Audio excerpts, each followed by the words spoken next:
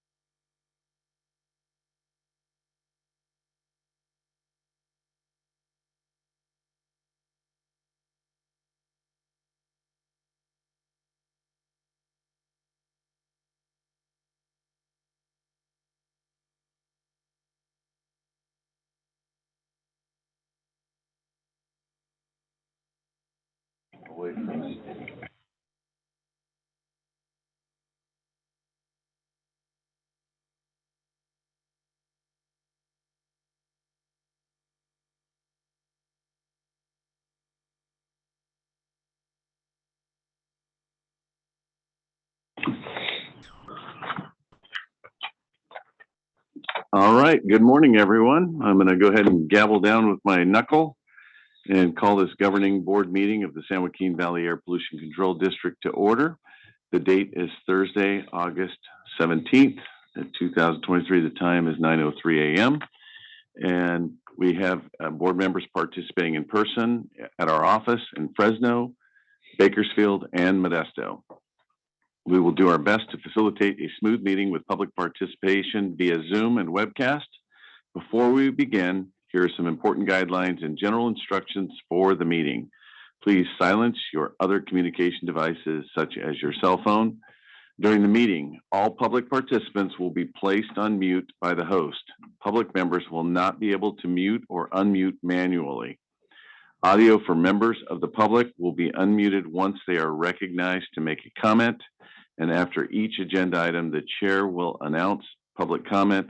The clerk will recognize any public attendees who have indicated they wish to speak. We do have one little issue for the governing board members today. Your little clicker is not working yet, but we're still working on trying to improve that. So the way we're going to facilitate a smoother meeting is after each item, I'm going to ask if there, I'm sorry? Throw them at you. That's right. Throw something at me. Here on the dais, I'll ask if there's any questions, and then our clerk, Katrina, will ask the South, the Central, and the North if there are any governing board comments. So hopefully we'll have that fixed, and if we do, I will identify that during the meeting. So roll call, please. Good morning. Mr. Bessinger, Mr. Couch, Ms. Escutia Brayton, here. Ms. Lewis, Mr. McCauley, Here. Mr. Mendez, Here. Dr. Pacheco Warner, Mr. Pereira,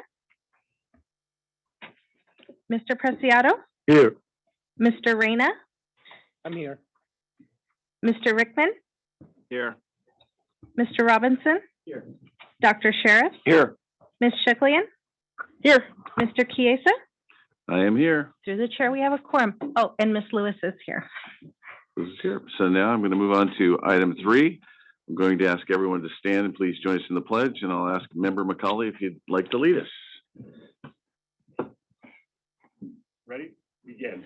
I pledge allegiance to the flag of the United States of America and to the republic for which it stands, one nation, under God, indivisible, with liberty and justice for all. Thank you.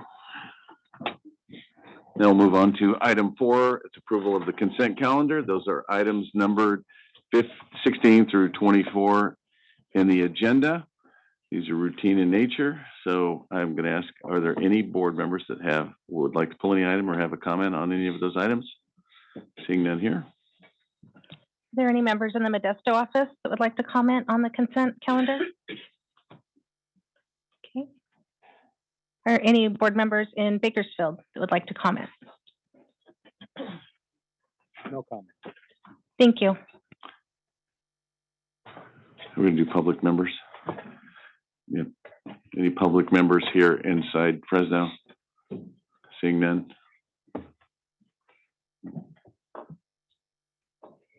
No indication of online comments. So you want to check the South, the North? Do we have any public comments in the north? No public comment in Modesto. Thank you. Any public comment in Bakersfield? No members of the public in Bakersfield. Thank you. Motion. We have a motion to approve the consent calendar, and we have a second.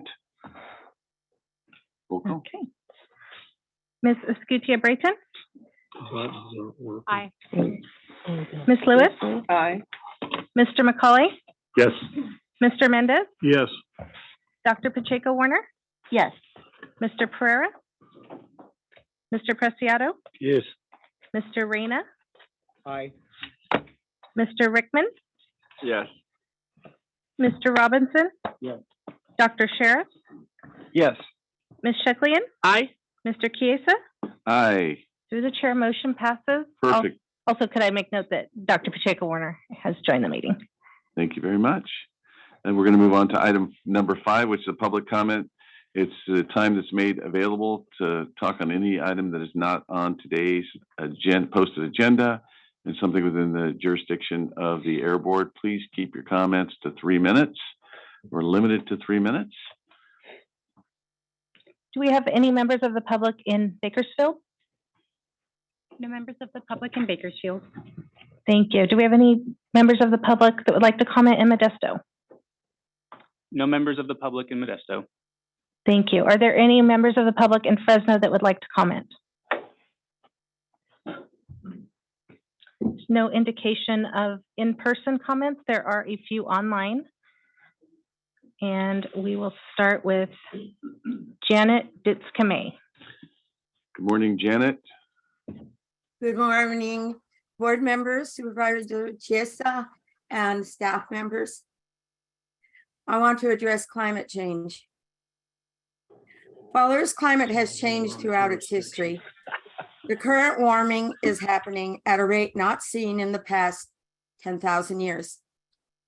According to the Intergovernmental Panel on Climate Change, since systematic scientific assessments began in the 1970s, the influence of human activity on the warming of the climate system has evolved from theory to established fact. Scientific information taken from natural sources, such as ice cores, rocks, tree rings, and from modern equipment like satellites and instruments, all show the signs of a changing climate. From global temperature rise to melting ice sheets, the evidence of a warming planet abounds. We have seen since the June meeting very, very sad incidences of Canadian wildfires, very, very different from anything that has happened in the past, of flooding that is very, very different from what has happened in the past. We're in an El Nino phase, but we are having an El Nino that no one has ever experienced before. Fires in places that, such as Maui, that have not had that problem before. Maui is absolutely a travesty. A travesty. The people who have died there. Europe is having heat waves that have never been seen before. We hear worldwide climate change is making its effect on everybody in one way or another. Climate change is a real threat to all of us. Thank you. Thank you very much, Janet. Okay, next we have Connie Young. Welcome, Connie. Good morning. Thank you. Can you hear me? I can hear you. Okay. Well, I'm Connie Young, Fresno resident, retired registered nurse, and volunteer with Citizens Climate Lobby, also known as CCL. I'm grateful to live in a democracy where I have the right and even the responsibility to talk with leaders such as yourselves about matters of importance to me. In June, I exercised that right by going to Washington, D.C. to talk about climate solutions with my elected representatives or their staff. As an aside, I hope that was an excused absence for missing your meeting. My trip to the East Coast began as I flew into Philadelphia. I was surprised to see fog as I looked out the window of the plane. When I stepped outside the terminal, however, I quickly realized that the so-called fog was actually smoke from Canada. Californian that I am, and to paraphrase Yogi Berra, it felt like deja vu all over again. As I said, the smoke had come from Canada, normally cool, moist Canada, that had been unusually hot and dry. That too felt all too familiar, and it only strengthened my resolve to tell my elected representative in Washington that Congress needs to do more to address climate change. Almost 1,000 CCL members fanned out over Capitol Hill and participated in over 400 meetings with members of Congress and their legislative aides on both sides of the aisle. We discussed with them the need for bipartisan permitting reform to hasten clean energy and transmission projects to enable us to electrify our homes, businesses, and transportation. They were all interested in permitting reform, although, not surprisingly, from different perspectives and for different reasons. With newly elected members of Congress, we also discussed the idea of assessing a fee on carbon pollution and giving the collected revenue to all US households in the form of a carbon cashback or dividend. The extreme weather events of this summer, including the tragedy unfolding on Maui, are just a preview of what's to come. The scientists who predicted these extreme weather events have also said that the only way to stabilize the climate will be to reduce greenhouse gas emissions as quickly as possible, which will also reduce our air pollution. I hope you too are telling Congress to take climate change seriously and to prioritize the passage of effective bipartisan climate legislation. Thank you. Thank you very much, Connie. There's no further indication of online comments.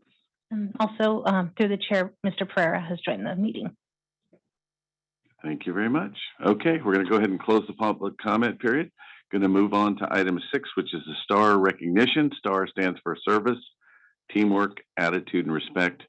And before you get started, every time I walk into this building, I think I said something this morning to Jamie, how pleasant everyone is, and the STAR treatment. I feel like I get the STAR treatment when I walk in. So I appreciate all the employees, and really the starts at the top and works its way through the system, but I appreciate that. Good morning, everyone. Shanika Dixon, Director of Personnel. I hope everyone had a great summer. Welcome back. I'm glad we're here today. As you're aware, recognition of employees' contributions is an essential component of the district STAR work culture. Today, we would like to formally recognize those employees who have reached their service milestone for the second quarter of 2023. So we have some individuals who are joining us via Zoom, and we also have a number of individuals being recognized today who are here in person, sitting in the front row. So thank you all so much for being here and on Zoom. Excuse me. Thank you so much for your commitment to the district and the service that you have provided. So when you hear your name, please stand and remain standing until all names have been read. We are going to start in Bakersfield this morning. Bakersfield, are you with us? I think we may have a few in person, so let's go ahead and get started. So for 5 years of service, we are recognizing Nancy Alduat, Air Quality Assistant. She's there on the screen. 15 years of service, Jennifer Lettergerber, Air Quality Compliance Manager. And 25 years of service, Homero Ramirez, Air Quality Engineer. Thank you so much for your service. We appreciate you. Now moving to Fresno. 5 years of service, Ariana Beauvais, Senior Air Quality Specialist. 10 years of service, Daniel Bushman, Air Quality Instrument Specialist. And being recognized for 15 years of service, we have Alan Abrea, Air Quality Field Assistant, Mark Montalongo, Program Manager, Sherry Reed, Air Quality Specialist, Janine Tackett, Supervising Air Quality Specialist, and Lynn Vong, Office Assistant. 20 years of service recognition for Derek Fukuda, Supervising Air Quality Engineer, Ramon Norman, Senior Air Quality Engineer, and reaching 30 years of service, Brian Wong, Supervising Accountant. Congratulations, everyone.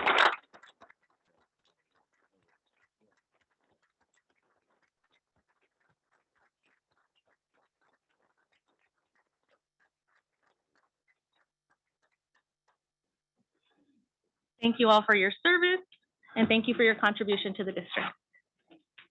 Thank you, Shanika. Thank you. And to the employees, I think I just added, it's 205 years of service from 13 employees, and we have around 300 employees. So I think the public can understand how much institutional knowledge and that is in this organization. And we appreciate the fact that you continue to stick around. It makes Samir's job a lot easier. They didn't have to train anyone, but thank you for all you do. Can I say Yes, something? please. Yeah, and this just kind of goes with the happiest place in government. That's what this place is. Because you come into this building, everybody has a smile on their face, and it's not a fake smile. So I love it. Thank you. Thank you for all your hard work. Yes, thank you. I'm going to echo the comments of my two colleagues that have just spoken. This is a vacation for me to come here and work with you and to see your smiling faces and everybody being so cordial, not just to the board, but to the public. And I really want to commend you for your longevity, which is something very rare today in the workforce. Keep up the good work, and congratulations. Thank you. Very positive spirit for sure. Let's ask if there's any board comments. Do we have any board comments in Modesto?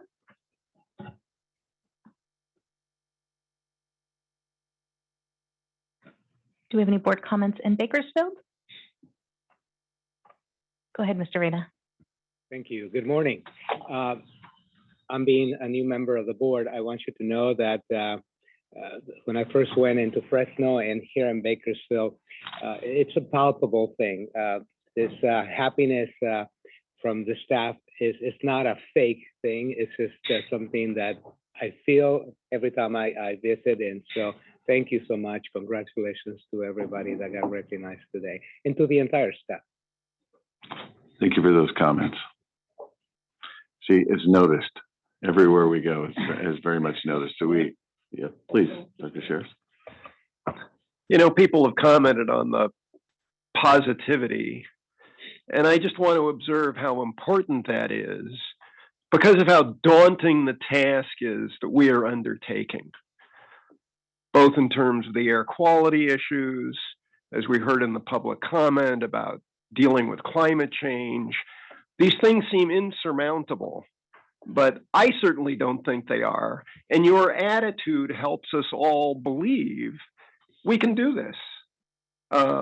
You know, we've got the talent, we've got the persistence. So it really is a key component to the work that's being done. And I thank you for that. It's infectious. Yeah, thank you again. All right. Thank you. I'm going to move on from item number 6. We're going to go to item 7, report on District Citizens Advisory Committee activities.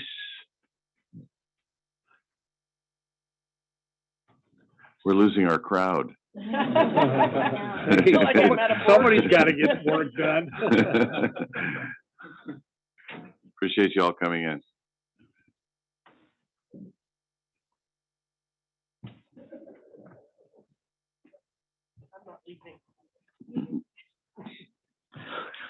Mr. Cunha. Good morning, Manuel Cunha, DC Farmers League, also the chair of the Citizens Advisory Committee. And again, on the CAC, we congratulate Samir, your entire Star Award winners, and all of the staff that have made that possible with everybody working in the different departments. You are right, as members of the board.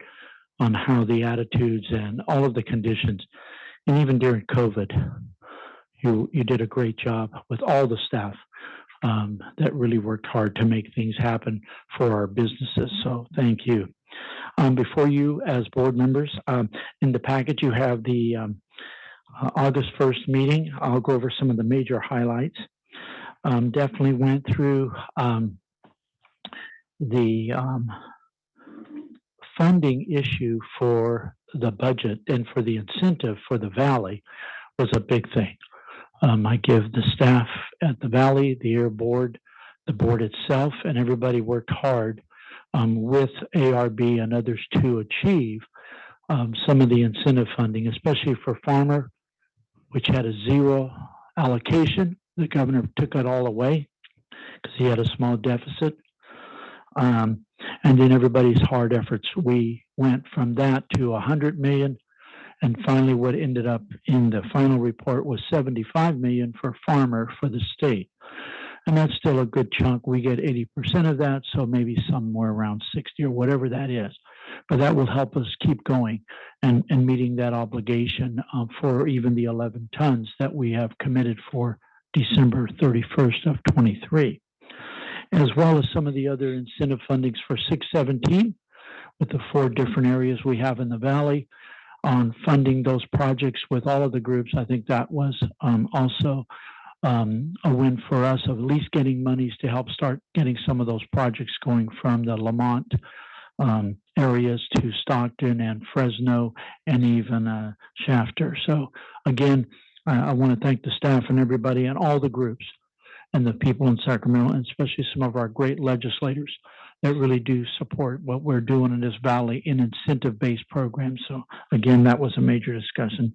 The second biggest item for discussion was the hearing boards, and to select in the 3 locations, hearing boards for variances from the Stockton office or the Modesto to Fresno to Bakersfield.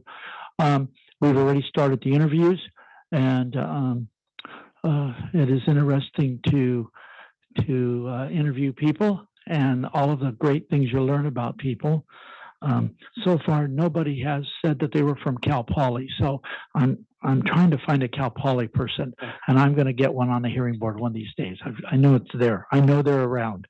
But it was really great hearing the skills and talent that are trying to be on this hearing board that the staff put together. And I want to thank the staff for coordinating all of those folks and the information we needed to make the call success. And we're hoping to get this ready to come back to you as a board to approve.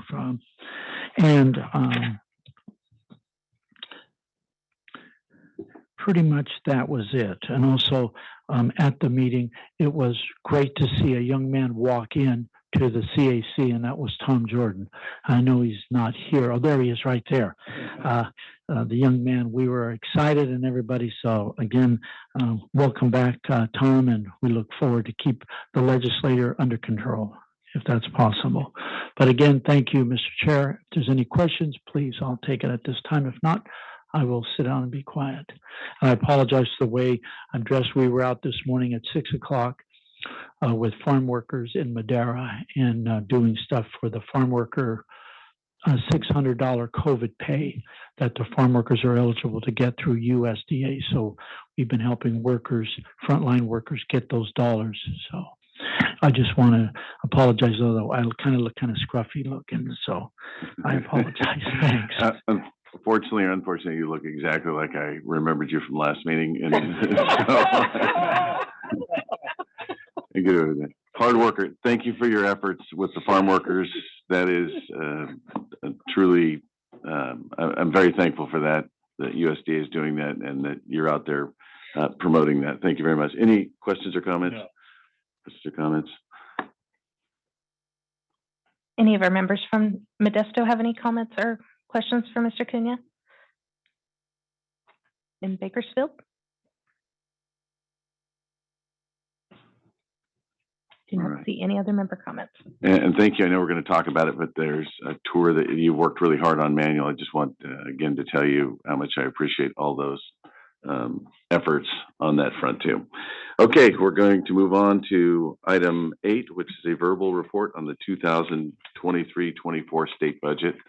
Samir. Thank you, Mr. Chair. Good morning, board members. Just wanted to quickly introduce and happily introduce Tom Jordan being here in the flesh to speak about the work that was hinted upon by Mr. Cunha during the prior item. Quite a bit of work this last year on advocating for funding. The work has continued in earnest, and so we're here to provide a report on how that's looked this year for the 23-24 state budget and some of the upcoming ongoing efforts in that space. So with that, I'll turn over to Tom, who I'm very, very happy to see here next to us. Thank you. Well, it's good to be here. Mr. Chair, members of the board, wanted to go over kind of what we've seen in this budget year and then talk a little bit just about our past successes. Through the board's direction, staff working with Valley stakeholders and our legislative delegation have brought about $2.3 billion in state, federal, and local funding to our voluntary incentive programs. That's a huge number. We had a goal at one point to try to get to that number. We've actually gotten there and keep moving forward. Just to put that into perspective, when you include the private funding that goes along with that for projects, it's over $5 billion in voluntary investment to clean the air here in the San Joaquin Valley, which is, just a great achievement. It gets reductions from categories where we don't have direct regulatory authority. So not only are people doing things voluntarily, but it's actually emissions that we couldn't have addressed with our local authority here in the Valley.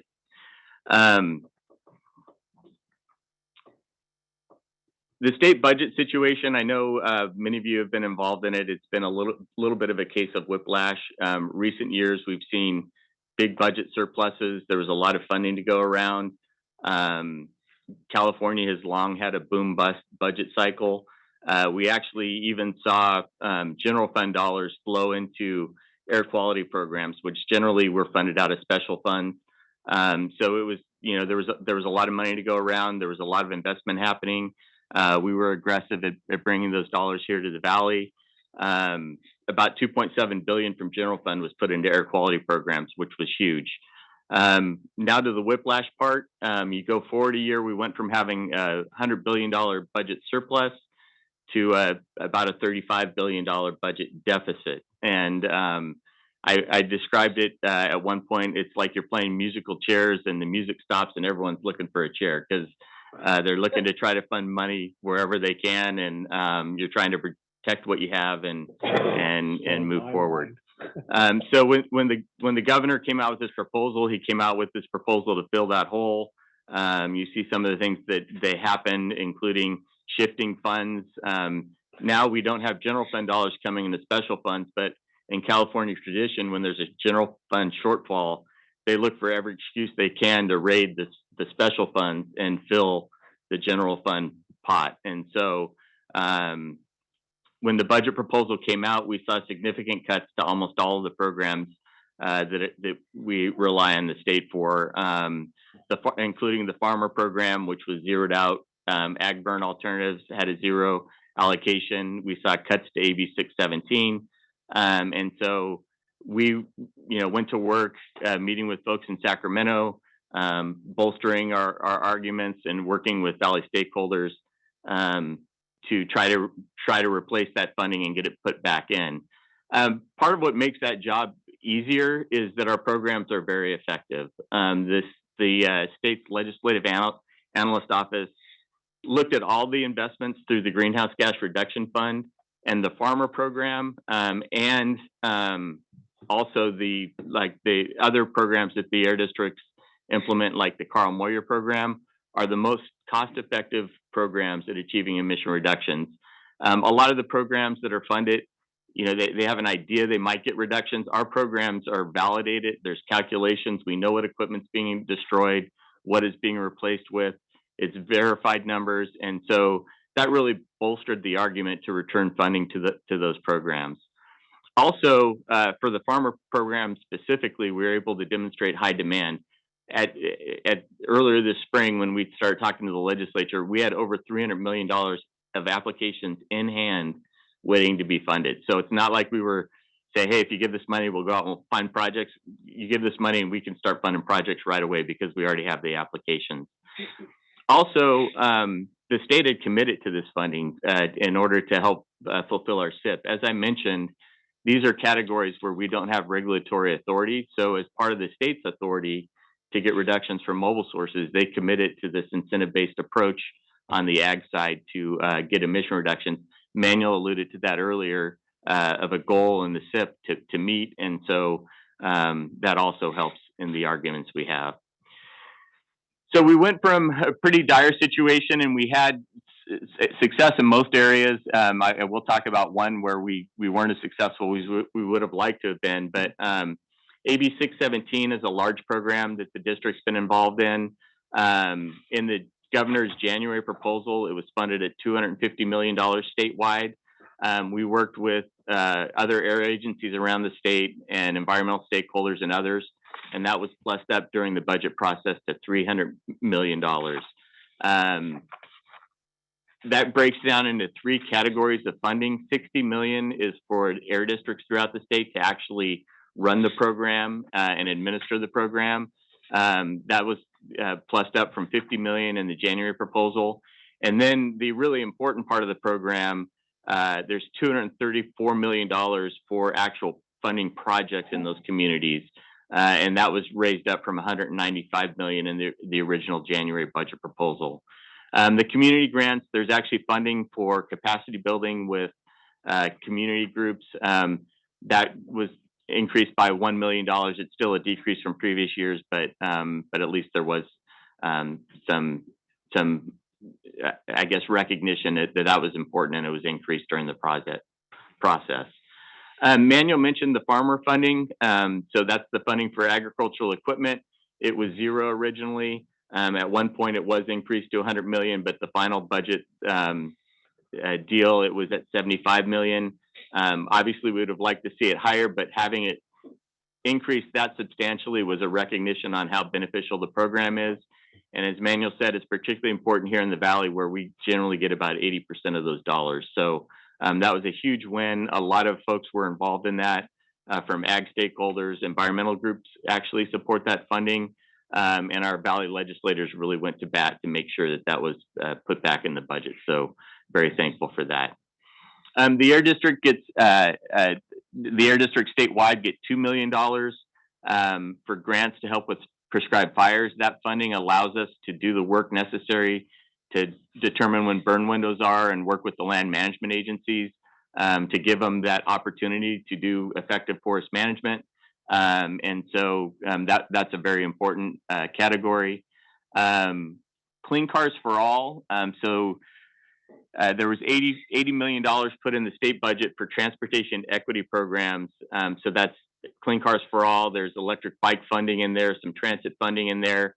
It's important funding. There's still some battles to be fought over allocation of that money. There's a statewide program, and then there's 5 air districts that have their own programs, and we're currently determining how that's going to be divided up. And there's not general agreement yet on how that's going to happen, so we're still working on that. But the good news is that it's still receiving funding, and the state's program for just the broader public for electric vehicles does not have any funding. So the only funding for light duty electric vehicles included in the state budget was in this category for disadvantaged and underserved communities throughout the state. The one area where we were not as successful was in the alternatives for ag burning. We're currently in the third year of a program that was funded by the state. This was a huge effort and a huge win at the time. There was 180 million put to chip and reincorporate and do all the things we can do other than burning ag waste in the fields.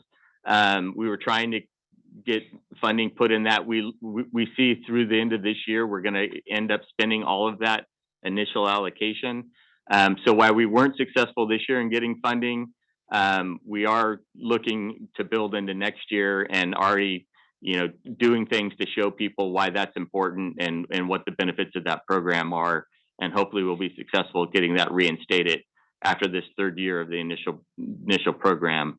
There are some categories that are helpful in this area and could help. There's the Healthy Soils program through CDFA that potentially there could be some funding that would help in this. And then there's some other categories that are very important. There's a lot of funding for low emission heavy duty vehicles, for infrastructure for those vehicles. With 99 and I-5, that can be very helpful for us throughout the years. And then there's also other sustainable ag funding for dairy manure management and other things to reduce methane production from dairies and other criteria pollutants related with that. So while it wasn't as rosy a budget year as previous years, given the budget situation we're in, we felt like we did as well as we think we could have in this past year and had some successes. And it's time already to start looking at next year and start with meetings and showing the benefit of the programs that are important to us. And we're already in discussions. The chair mentioned the ag tour. I think our industries and others have done a good job of bringing people from Sacramento and DC out to see what these programs really look like on the ground, and that's really helpful. And I'm sure we'll continue that into the fall and into next budget year. So with that, I'll take any questions from the board. So you had said that the Clean Cars for All, the methodology hasn't been figured out, and there's still a potential argument to be had. Is the farmer program funding, of which we typically get 80%, is that formulaic, or is that, how does that work out? Yeah, maybe I can take that one. Yeah, so what happens with that program is the California Air Resources Board is the state agency that administers the program, and they put together what they call the farmer guidelines, which includes analysis and allocation, basically, of the funding across the state. And so we've consistently been at 80% in that process for all the years that the program's been in place. And then, in fact, just recently put our request in for the latest funding at 80%. So so they're the ones who've established that based on the need, the inventory, the non-attainment challenge, the state commitments, and all the other factors that go into that. Yeah. So I guess that should follow in Clean Cars for All. That should be the same argument, because the attainment basin and the challenges that we face, having the most stringent requirements, and we should be doing better, but based on topography, we're not. So I think the argument is there. And then the alternatives to ag burning.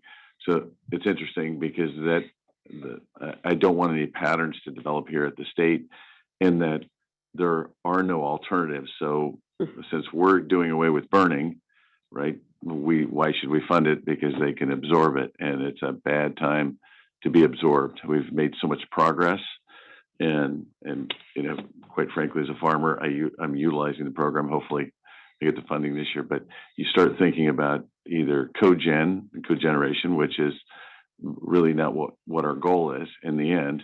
We want to reincorporate it, but it's expensive. I know they're sending a different bill for the reincorporation, and it's just not that simple. And I think we all understand that, especially staff understand that.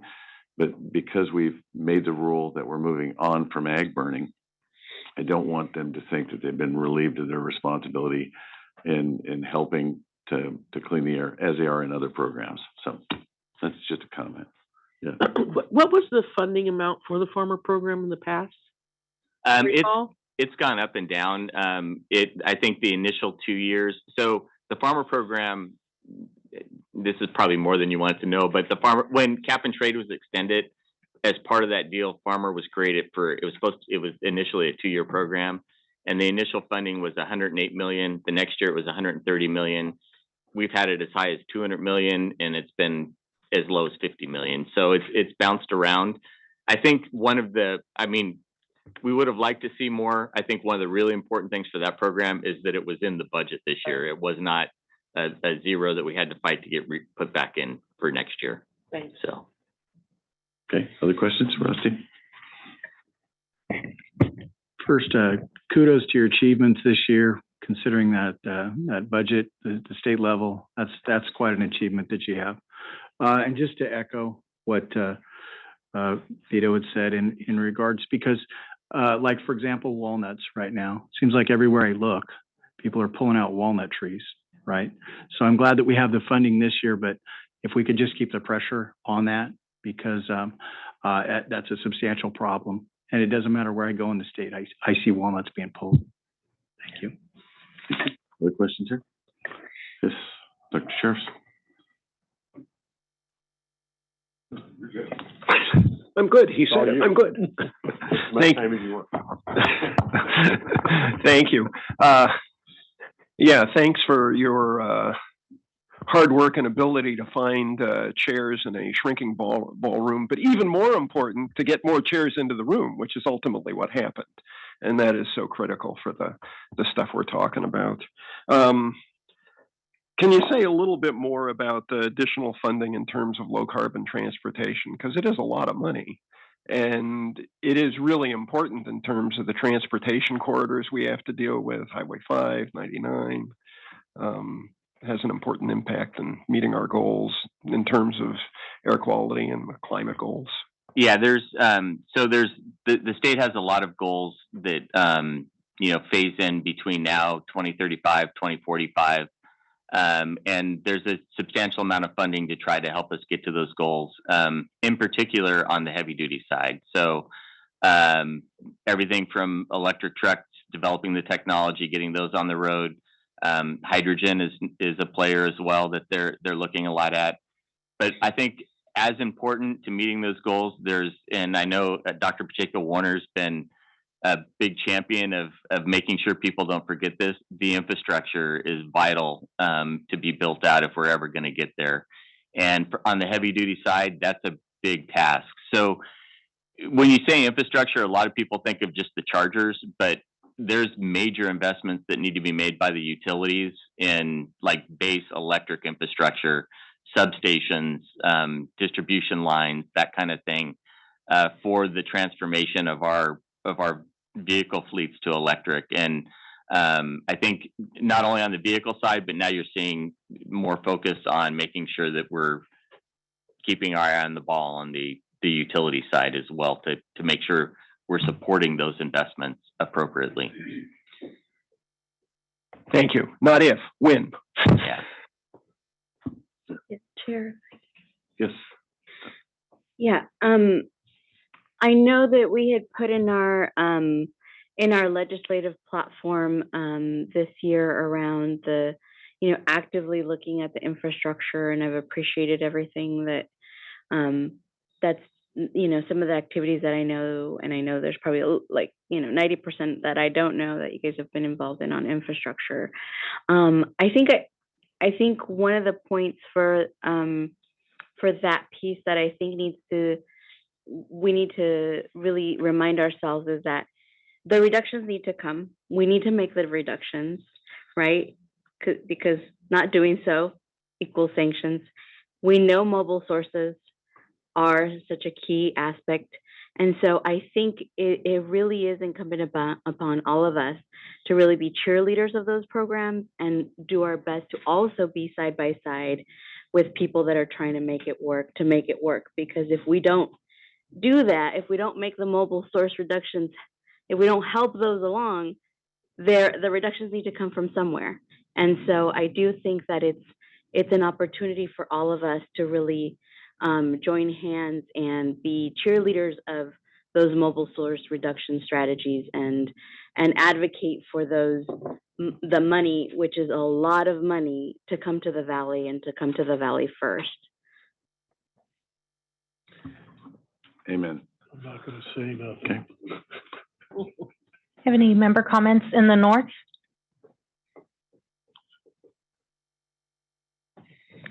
Seeing none, do we have any member comments out of Bakersfield?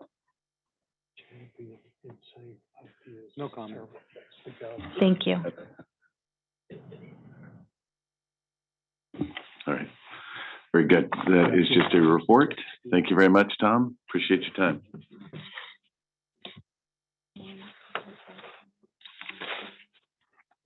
Now we're going to move on to item number 9, approve the project plans for the implementation of incentive programs and approve administrative adjustments to previously approved project plans within AB 617 communities.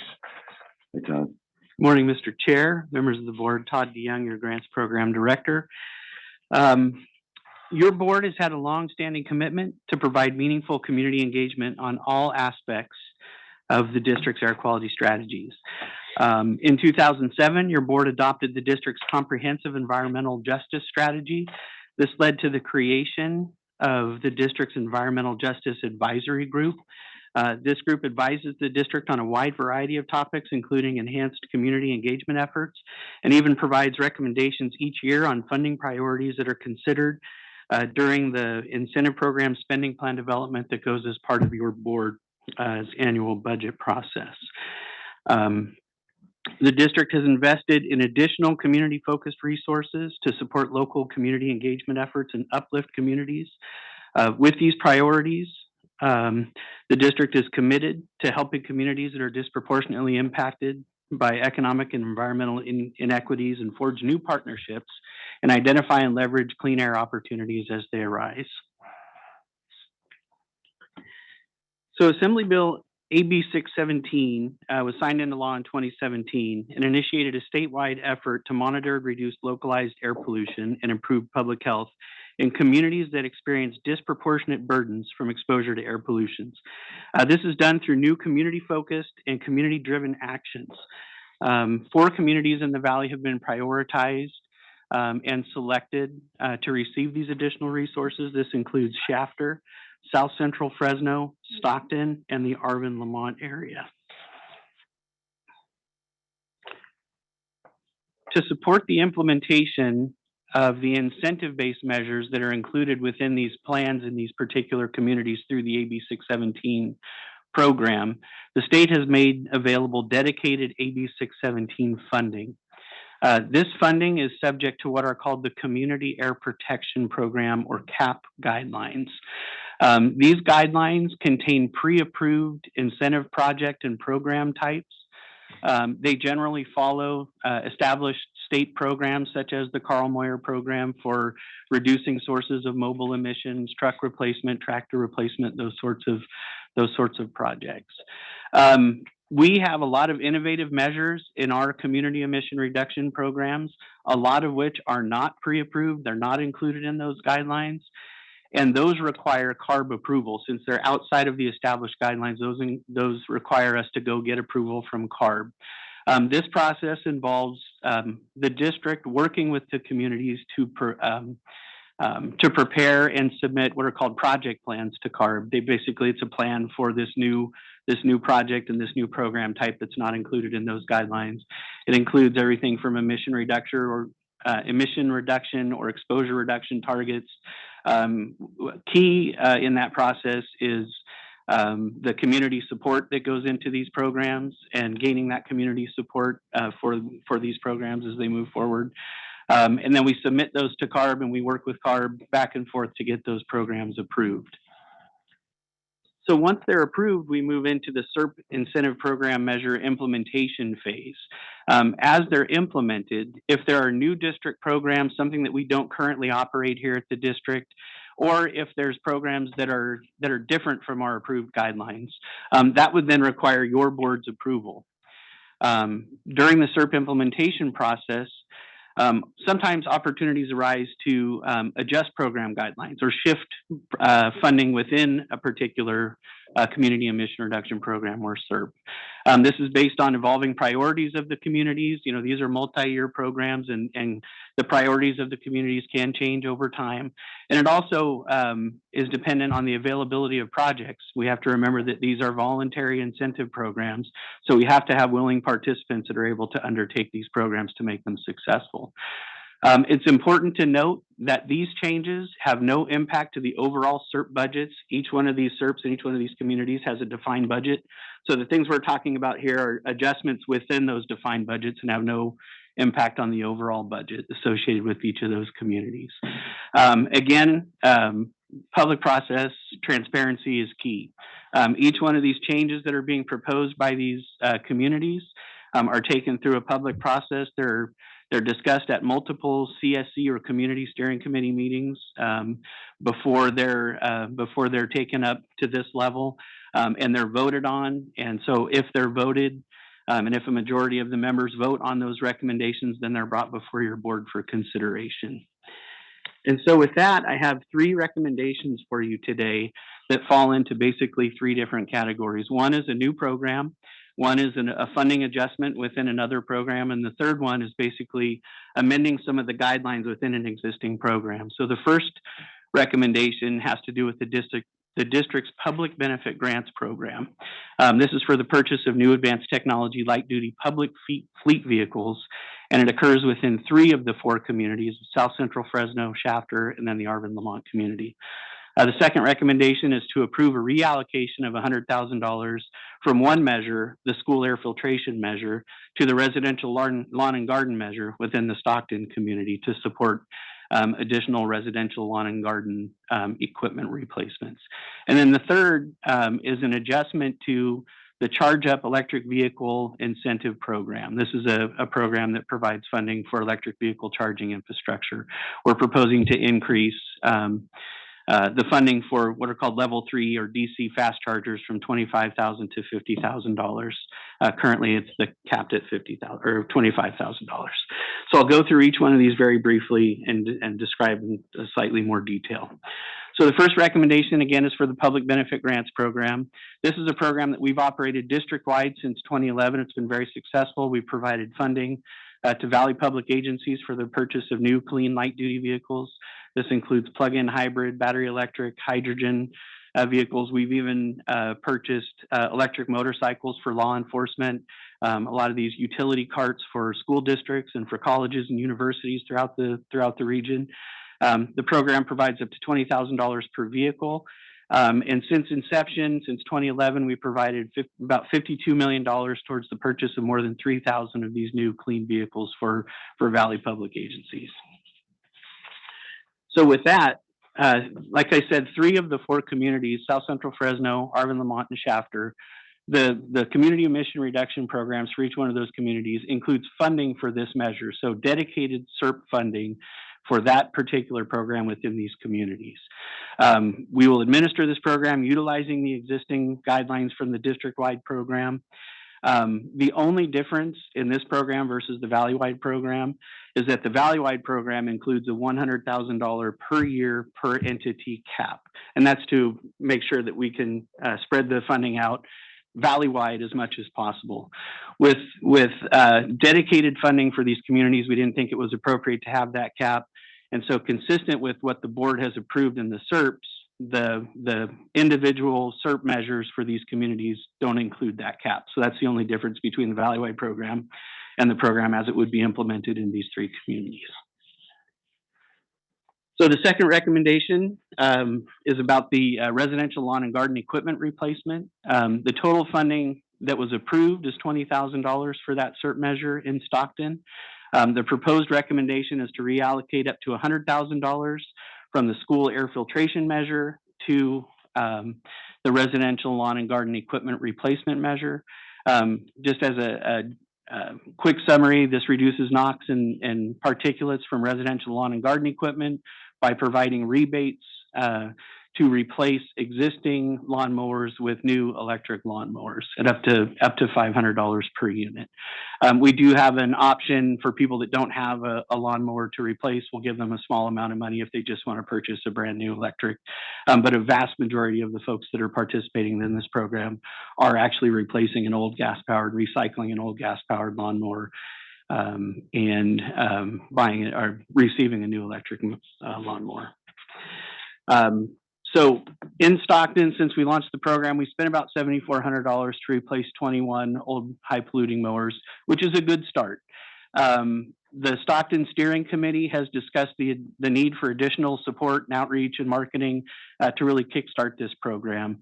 They've expressed interest and desire to hold at least one in-person lawnmower exchange event, which have proven extremely beneficial and successful in other communities. We've done it in Shafter and we've done it in Fresno, where We post up at a local business on a Saturday morning. We outreach to the community. We take orders in advance. Folks drive in, they dump off their old mower, it gets recycled. Their new lawnmower is loaded up in the back of their vehicle. They get a cup of coffee and a donut and maybe a breakfast burrito, and then they're on their way. So very successful. We're able to replace huge numbers of lawnmowers in a very short amount of time, and they've been proven to be extremely successful. So in June of this year, the Stockton Steering Committee met and they voted on reallocating up to $100,000 from the school air filtration measure to this measure to support one or more in-person event. The reason that they decided to look at the school air filtration measure to take this funding from was because this measure, the school air filtration measure, was developed prior to COVID, and with all the COVID relief funding that's out there, both state and federal relief funding, the Stockton Unified School District has taken advantage of that funding, and they've done all of the air filtration measures that they needed to. And so that this funding is no longer necessary. And so shifting funding from that measure to the lawn and garden equipment measure made a lot of sense. So the third recommendation before you this morning has to do with the Charge Up electric vehicle charger incentive program, particularly in the Shafter community. It provides funding to public and private entities for publicly accessible charging infrastructure within the community of Shafter. It utilizes the district's existing Charge Up program guidelines that we've operated for several years. The original goal of the measure was to install approximately 78 level 2 and level 3 electric vehicle chargers within the city and within the community boundaries. The initial total funding in the CERP was up to $850,000. To date, we've spent about $170,000 to install chargers at about 6 locations. And we currently offer up to $25,000 per charger for those level 3 or DC fast chargers. So the cost of these level 3 DC fast chargers is something that's been discussed at multiple recent community steering committee meetings in Shafter in relation to the existing incentives. And then there's a potential opportunity to leverage other state funding to leverage these funds and expand the number of chargers that we can actually install with the available funding. At the April 10th meeting in Shafter, community steering committee meeting in Shafter, the community voted to recommend an increase in funding for level 3 DC fast chargers from $25,000 per charger to $50,000 per charger. And this would really allow the community and the residents to leverage funding under what's called the Cal EVIP program. It's another state-funded program that offers up to 50% of the cost for the installation of these level 3 chargers, particularly in disadvantaged communities. So the nexus is there. And what we've seen is the charger costs have continued to go up over the last several years, and we think it's appropriate. This would really allow these chargers to be installed with little to no out-of-pocket cost to get these chargers installed. This adjustment is obviously necessary. We think. And it addresses a significant need for improved charging infrastructure, to assist the Valley communities in that transition to electric vehicles. And as these programs are developed, we run these as a pilot program. And what we're looking at in particular in this program is, would this make sense for the Valley-wide program? Would this same change make sense to apply to the Valley-wide program? And if it does, and we're kind of analyzing the numbers right now, we would return to your board with a recommendation related to the Valley-wide Charge Up program to make this same change if it proves beneficial. So just in terms of next steps, with board approval of the proposed recommendations today, we would implement the recommended changes as I've described. We'll communicate those changes back to the individual community steering committees as quickly as possible. I do want to note that in your published board memorandum, there was an included recommendation to increase residential lawn and garden equipment funding, similar to what's being proposed in Stockton in the Shafter community. However, just this past Monday, the Shafter Steering Committee met, and they need a little bit more time to discuss the potential shift or allocation shift. And so should they ultimately recommend that shift, we would come back to your board at the appropriate time for discussion and approval as necessary. So with that, I would be happy to take any questions or comments. Can the community steering committees make recommendations on a continual basis? That's correct. Make changes. Yeah. Good. All right. I got one. Please.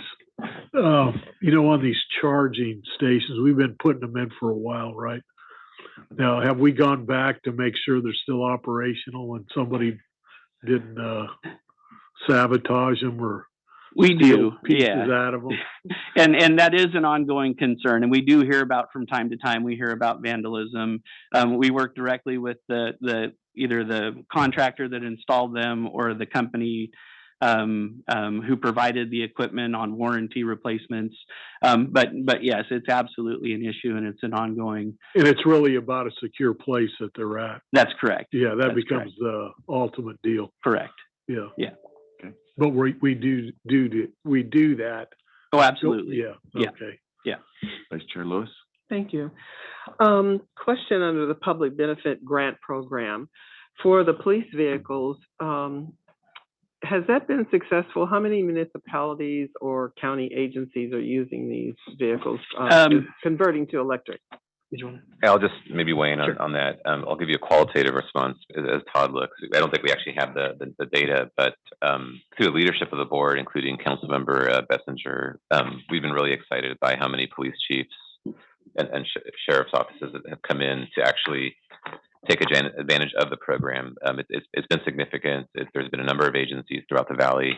I don't have the numbers in front of me, but I can tell you that it's continuing to grow. It's not just the interceptors; it's also the motorcycles and some of the other. There's actually a traffic control and other aspects of enforcement that have been able to take advantage of the program. Because just some of the information that I've been hearing as a concern is in the long-term use of the vehicle during the day, or perhaps maybe being involved in a high-speed chase. As we all know, the electrical battery kind of runs down. So with gas vehicles as traditional or perhaps a hybrid, you've got that needle telling you how much is left in the gas tank. I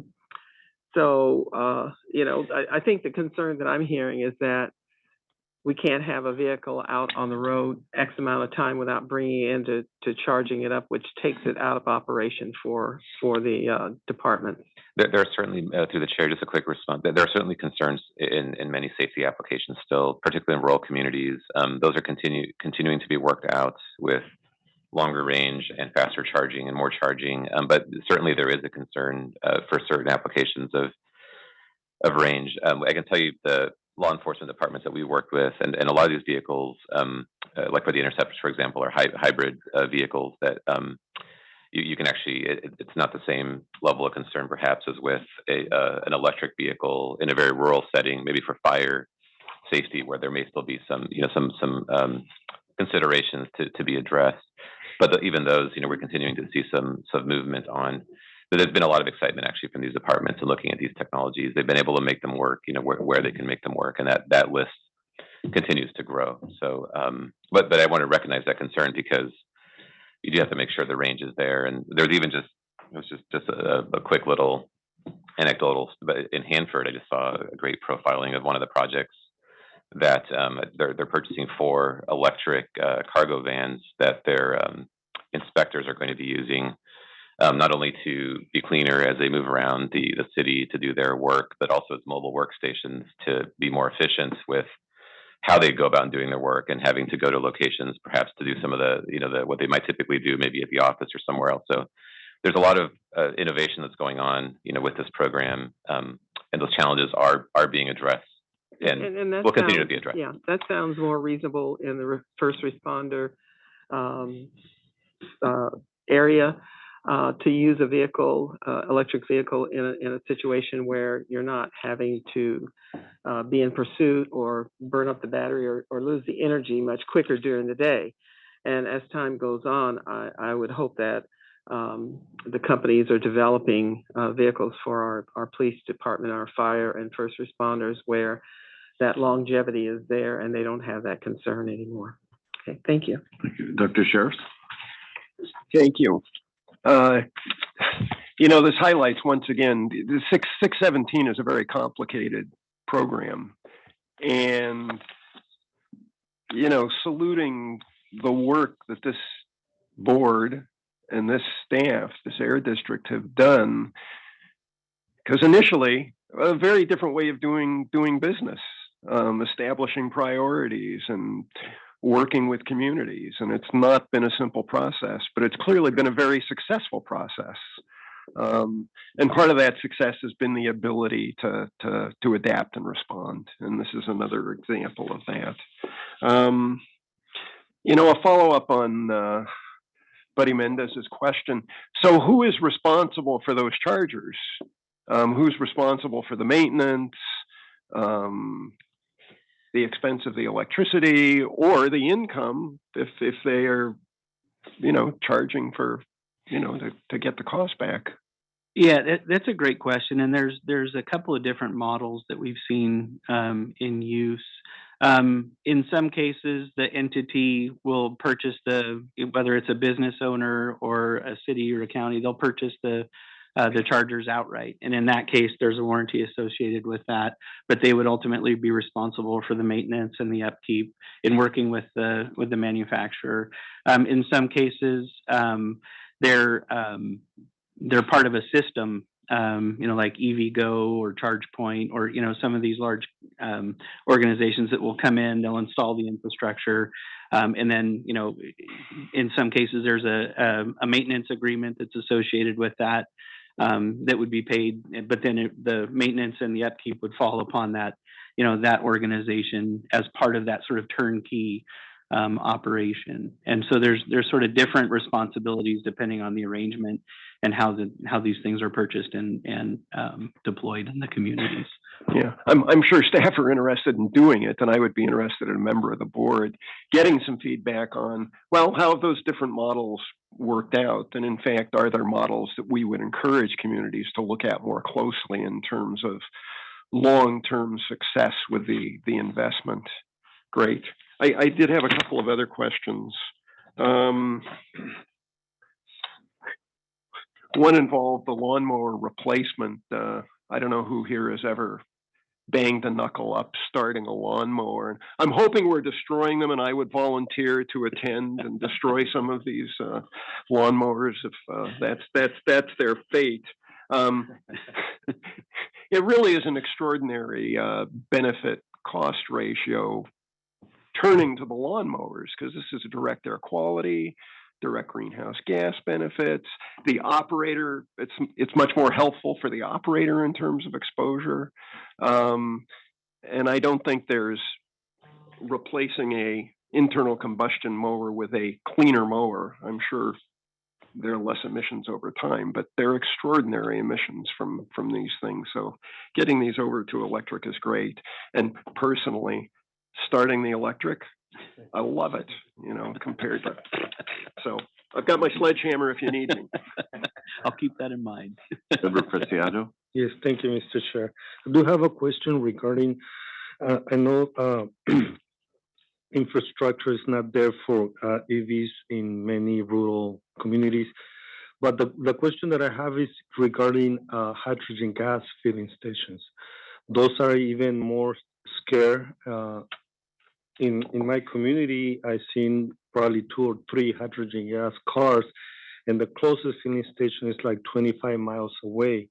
And there seems that not many around.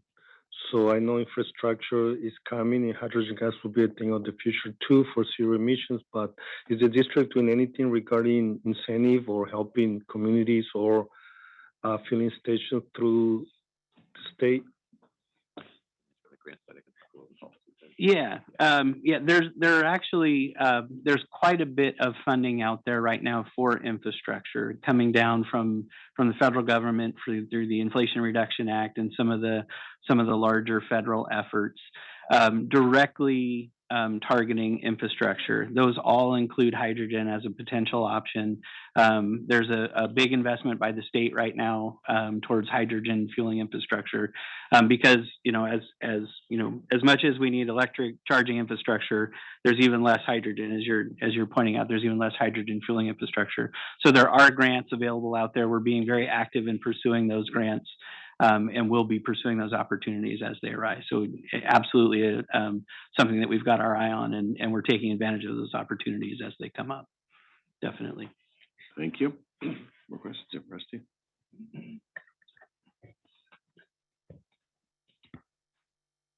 Todd, I just have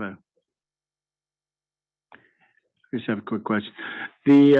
For starters, with the existing facilities that we've provided in Shafter, the units, the charging units, are they being used well at this point? I know that we keep coming more and more online all the time with electric vehicles. Yeah, the ones that have been installed so far, we're getting some great feedback in terms of usage. I think they're deployed at some out in front of some schools and some sort of high traffic areas within Shafter. I don't have the specific locations in front of me, but we have gotten great community feedback. And that's been sort of part of the discussions that have led to some of these recommendations here, is that, hey, these are working great. Some of the level 2 chargers that we've installed. And so the difference between level 2 and level 3, level 2, you plug in, maybe takes a few hours for you to get a good amount of charge. Level 3 is sort of that, almost like that gas station. You plug in, it's a 480 volt. You can get a good amount of charge in 20 to 30 minutes. And so that was kind of, they're looking for that next level, that level 3 charging, to supplement what they've already done in terms of the level 2 charging. But we have gotten great feedback from the community during the community steering committee member meetings, and they are being fairly highly utilized. Two other things. I love to see the flexibility within the funding. I don't see that often in government, where if this is not utilized, well utilized, we take it and we apply it somewhere else where it might be better used. I love that. And then the last feature, it seems like Stockton was a little slower with some of the others, relatively speaking. I think the key to it is the exchange, right? Yeah, 100%. Yeah, it really has to do with those events. I mean, you can do so much. It's an efficient process. You can replace, 150, 200 mowers in one morning versus trying to get the word out, for somebody to go and replace their mower, take it to a recycler, and then come, pick up their new lawnmower. Yeah, these in-person events are really the way to go. And I think Stockton has seen that and they want to replicate that in their community. Yeah. Yes, sir. Yeah, just had a couple quick questions on the public benefit grants program. Specifically, how are the funding amounts determined for each community? Is it just the money that's available within those communities, or? So during the SERP development process for each one of those communities, we went through a process with the steering committee during the development process, and it was based on their priorities, the priorities of the community, their available overall budget, like we talked about earlier. They identified, higher priority items got, more funding, or they recommended more funding in the SERP. It was then taken before this board and approved, and then the CAR board approved that as well. So for each one of those measures, it was really community driven based on the individual community's priorities. Okay, thank you. And just for clarification on your second bullet point, when you're talking about caps, it says, and I apologize if I missed it, that we have 100,000 per agency per year cap, but then it says that 617 communities does not include the cap. So would I be correct in assuming in South Central Fresno that they could apply for as much as they wanted? Correct. Any agency? Okay. Correct. Yeah, the $100,000 cap applies to our district-wide program, and recognizing that there was specific dedicated funding within each one of those communities, we didn't think it was appropriate to have those artificial caps for each one of the communities. So there is no cap there. Thank you for the clarification. Correct. Right, thank you. Any other questions up here? Seeing none. Are there any board members in Modesto that would like to comment? Mr. Pereira, go ahead. Thank you. I've got a question or a concern. If we've got to fund these chargers 100% to get them installed, that kind of tells me that the economics of it doesn't work. And so I get it in a disadvantaged community where you have, probably less electric vehicles in the community and more transit type charging going on. But when you talk about moving that same amount to valley-wide, I just wondering, Todd, do these things make money for the folks that are providing the electricity? and, or not, do you know? Generally speaking, the most that people do is recover their electricity costs. There are models where there is an incentive for the business to install that charging infrastructure. They will make a nominal amount. But that's really up to the operator of the infrastructure. We're silent on that in the program. A lot of cities and public agencies are providing free charging as a benefit to their residents. But some businesses do provide a nominal fee. Generally speaking, that just covers the cost of electricity. If I could add through the chair, you bring up a really good question, Supervisor, and I do think that when we talk about this on a valley-wide approach, these are different factors that need to be considered, and it's something certainly that will be discussed. With this program, there's a little bit of flexibility to try some things that are more focused, more accelerated, kind of move rather than waiting, say, for natural market forces, even with the existing grants, to say do some things in the community. These are actually very focused efforts that we want to learn from. Doesn't necessarily mean that they always translate into where we may want to be on a generally. Although I think we will learn things that will influence the valley-wide program. But you bring up a really good point. I think we absolutely need to consider that and see where, when you talk about scaling things up and the best use of public funds, where's that balance in terms of where the grants, ought to be. And that's absolutely something that we'll be thinking about with that recommendation in the future. Yeah, and then I have one other question. Well, first I'll make a comment. Thank you, Mayor Preciado, for bringing up the hydrogen fuel cells. I'd like to see us press a little attention into that area. As Manuel Cunha often reminds us, is that commercially, battery-powered trucks don't make a lot of sense, right? Especially the smaller box trucks, because the extra weight of the battery reduces the cargo weight that they can haul and kind of changes the economics for the companies. But in the commercial realm, hydrogen fuel would be a big advantage for us, and I think would catch on a lot quicker. And so I'd like to, anytime we can encourage hydrogen fuel cell industry, I think that we should do that. And I think long-term that would help us tremendously. Mr. Chair, just really quick on that too. I just wanted to assure the supervisor that, and then the board that, and definitely on an ongoing basis, we'll absolutely support that. It is part of our policy position that the board's adopted. We do actually support. There's a variety of projects that we are hopeful will help produce hydrogen actually in the region that we can couple with infrastructure. One thing that Todd, I think, mentioned, just want to be clear that our local programs do actually fund hydrogen infrastructure in addition to the EV infrastructure. Just want to make sure that's clear also, just for the record, so that as you talk to constituents, they can take advantage of that funding as well. And then we're actually actively supporting those projects. We supported recently a major rail-related hydrogen project up in the North Valley that I know some of the board members are aware of that major project that's happening, the BART, the Valley Link project. We've supported looking at hydrogen as the fuel for that project, which is where they are right now with that as well. There's locomotive applications, especially heavy duty trucking applications. So we're very much aware of those opportunities, even though we didn't talk as much about that with this particular item. Just wanted to assure the board that it is something that we're actively involved in evaluating and supporting as those opportunities emerge. Yeah, thanks for sharing that information. Mr. Chair, my colleagues to my right would also like to comment. Please. The support and incentive and the various programs we have in support of the 4 Valley AB 617 communities are so impressive. And I'm glad we have that funding support to provide those communities. We currently have 4. What is the process for identifying qualifying communities? And moving forward, how will that look? Will we always identify or have 4? What is the lifetime of them remaining as AB 617 communities? Is it a year's time? Or do they fall off at some point? So if you could speak to more about the opportunity to be an AB 617 community. Through the chair, I'll just respond to that, and hopefully this answers the question. We can certainly also follow up. It's a very great question.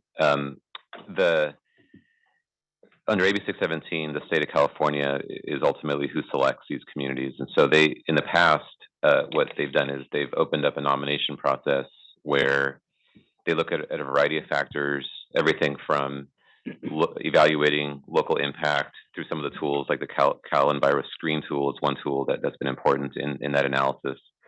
They couple that with capacity in a community to work with government to, say, develop a community emission reduction program, and then a nomination process where they see, okay, are there organizations locally, including community organizations, the city, the county, other agencies that are all willing to basically submit a nomination into this program and then basically work actively to try to implement the program. They take a look at all of that. Ultimately, there's a nomination process, and then based on the resources that are available, that's what we talked about the funding earlier. It's a very labor-intensive, very administratively intensive program to run at a local level, intensive community engagement type processes. That funding for implementation, for example, hasn't changed for many years, and so we've been at the statewide pot. There's communities throughout the state. We have 4. There's many others in other parts of the state as well. And so we continue advocating for more resources so that we can continue growing the program. That's one element of that. The other element is that what we're hoping to do, and we alluded to this a few times, is learn from these communities so that as we think about the many, many other communities throughout the valley, how do we take those lessons learned and apply them to the other communities so that we don't have to necessarily wait for a selection process through the state to be able to then deploy, some of the, and we've actually been doing that quite a bit. We use a lot of the expertise that we've gained in these 4 communities to now heavily engage in other communities and are actually tailoring programs. We talked about some examples today.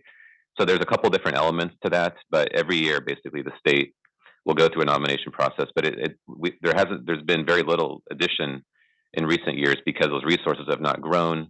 There hasn't been more resources. So we're actually now focusing on making sure we're successful in the communities that have been picked, and how do we take those lessons and apply them across the valley and across the state. And there's been a lot of conversation about that just this last few months. We're actually working with CARB and other air agencies to take a look at that and see what we could do. And that's something we'll be reporting more on to the board as that develops. That's fantastic. Who initiates the nomination process? Yeah, that's done through the state.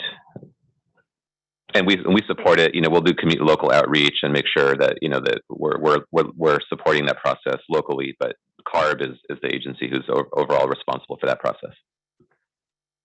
Thank you. Yes. Thank you, Chair. And by the way, Chair, you're looking pretty sharp today. And, thank you. You're welcome. One quick question. Yeah, I attended the free smog event last month in Stockton at the fairgrounds. When we talk about the residential lawn and garden equipment replacement, why don't we just do it at the same time? That's a great question, and it's actually something that we've sort of considered. Adding to. We've got these residents that are there. In particular, generally speaking, our tune-in, tune-up events are more regional in scope. What we're talking about with these replacement events are very focused in the communities where there's specific AB 617 funding. But in general, we try and use the tune-in, tune-up events to promote all of the district programs. In fact, the partner that we work with, they're always bringing in additional resources, community-driven resources to these tune-in, tune-up events. So definitely something we consider. We definitely promote these programs at these tune-in, tune-up events. But in terms of operating the actual in-person lawnmower exchange events, there's maybe a slight disconnect between the audience for both of those programs that might make it a little confusing.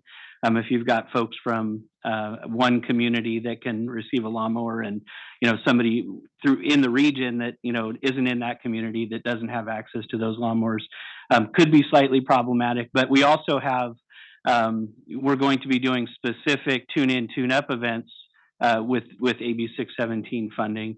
So that could be something that we could look at within those communities that have those specific amount of funds. We could look to do those both at the same time. That's a fantastic suggestion. If I could respond just a little bit more on that, because I like the question, and I take it as a good challenge too, in terms of, how do we come up, because some of the issues, this has come up before, and we, with the lawnmower events, there's a pre-registration. You can line up a scrap company that, with their staff and a container, and then you have a sort of a number that you can bank on that sort of justify the administrative costs.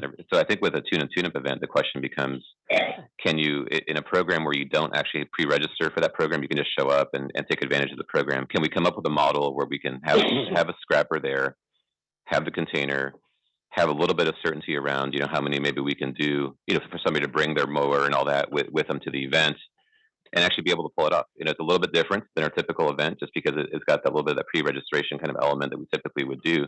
Doesn't mean we can't get it done. So I like the question. I think we'll go back and take a look and see if we can figure some way out to make it work. It's just been a little bit more complicated, I think, than a typical lawnmower event.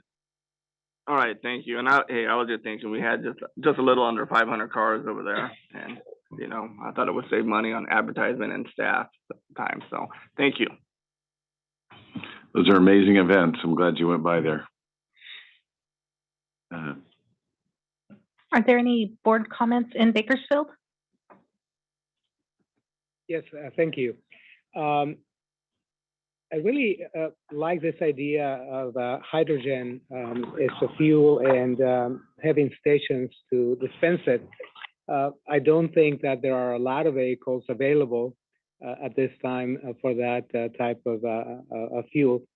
But I was wondering about, we're talking about increasing the grants for charging stations, level 3 charging stations specifically.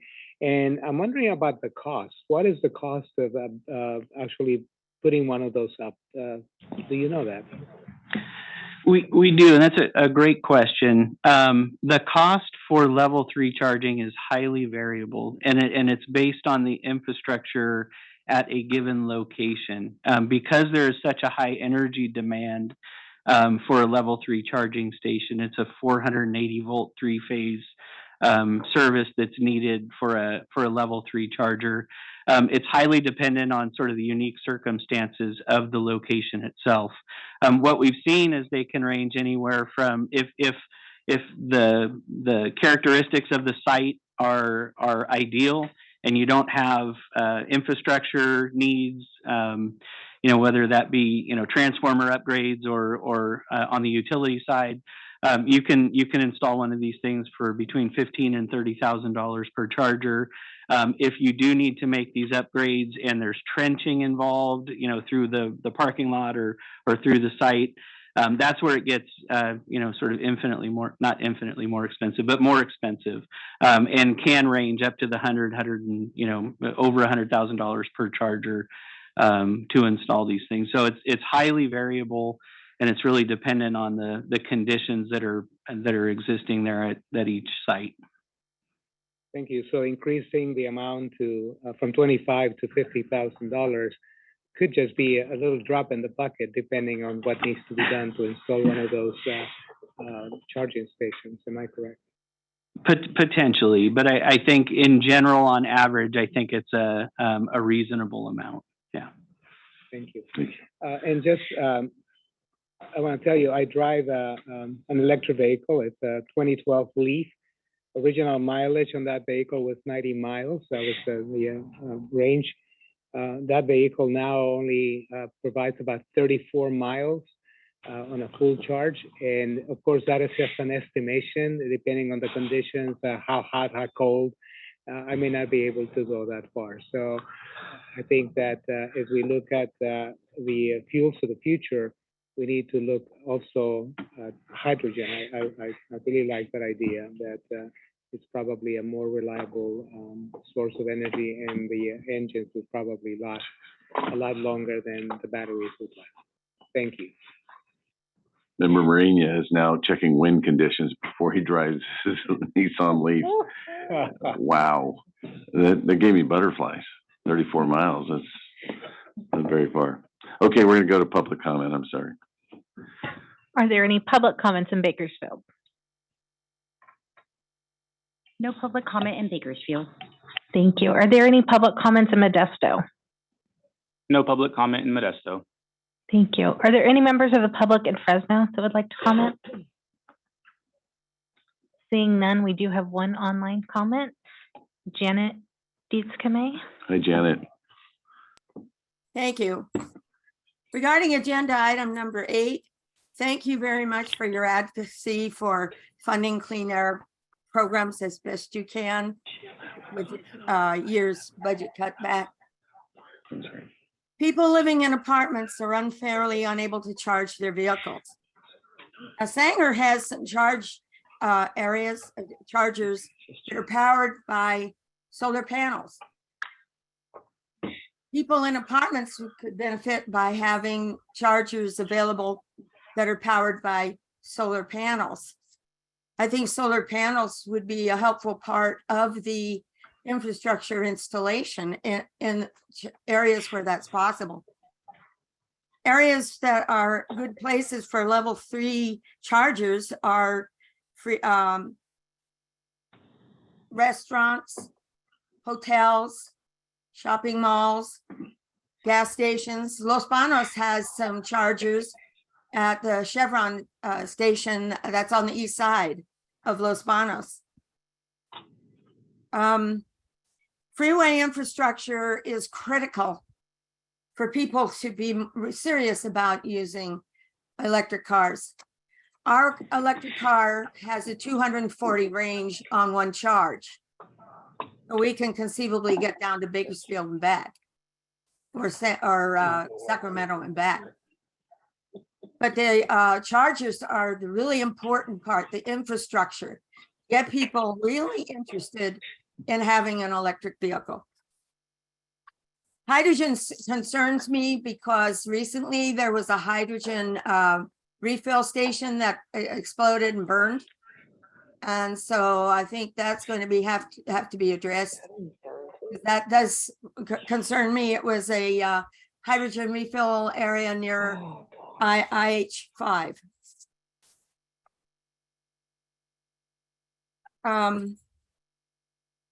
Regarding households in the 617 areas, I saw at Home Depot there is a small air conditioner that could be used in the clean rooms to help people who have no HVAC systems.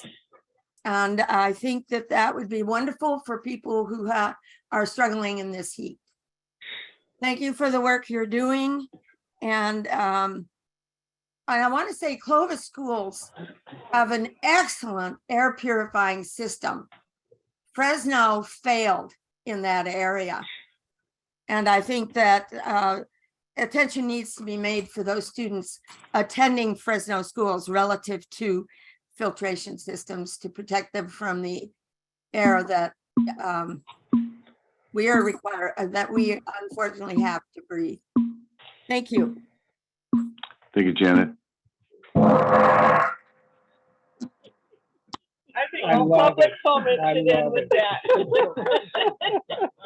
The gong. I like it. Yeah. No further public No comments. further comments. All right, I'll bring it back to the board for comments or action. Motion to approve. We have a motion. We have a motion and a second. By Vice Chair Lewis. Call the roll, please. Okay, Ms. Escutia Brayton, Aye. Ms. Lewis, Yes. Mr. McCauley, Yes. Mr. Mendez, Yes. Dr. Pacheco Warner, She left the building. Mr. Pereira, She's left the building. Aye. Mr. Preciado, Yes. Mr. Reyna, Yes. Mr. Rickman, Yes. Mr. Robinson, Yes. Dr. Sheriff, Yes. Ms. Shucklian, Aye. Mr. Chiesa, Aye. through the chair, motion passes. Thank you very much. Thank you very much, Todd. On to item 10, adopt proposed district rule 3171.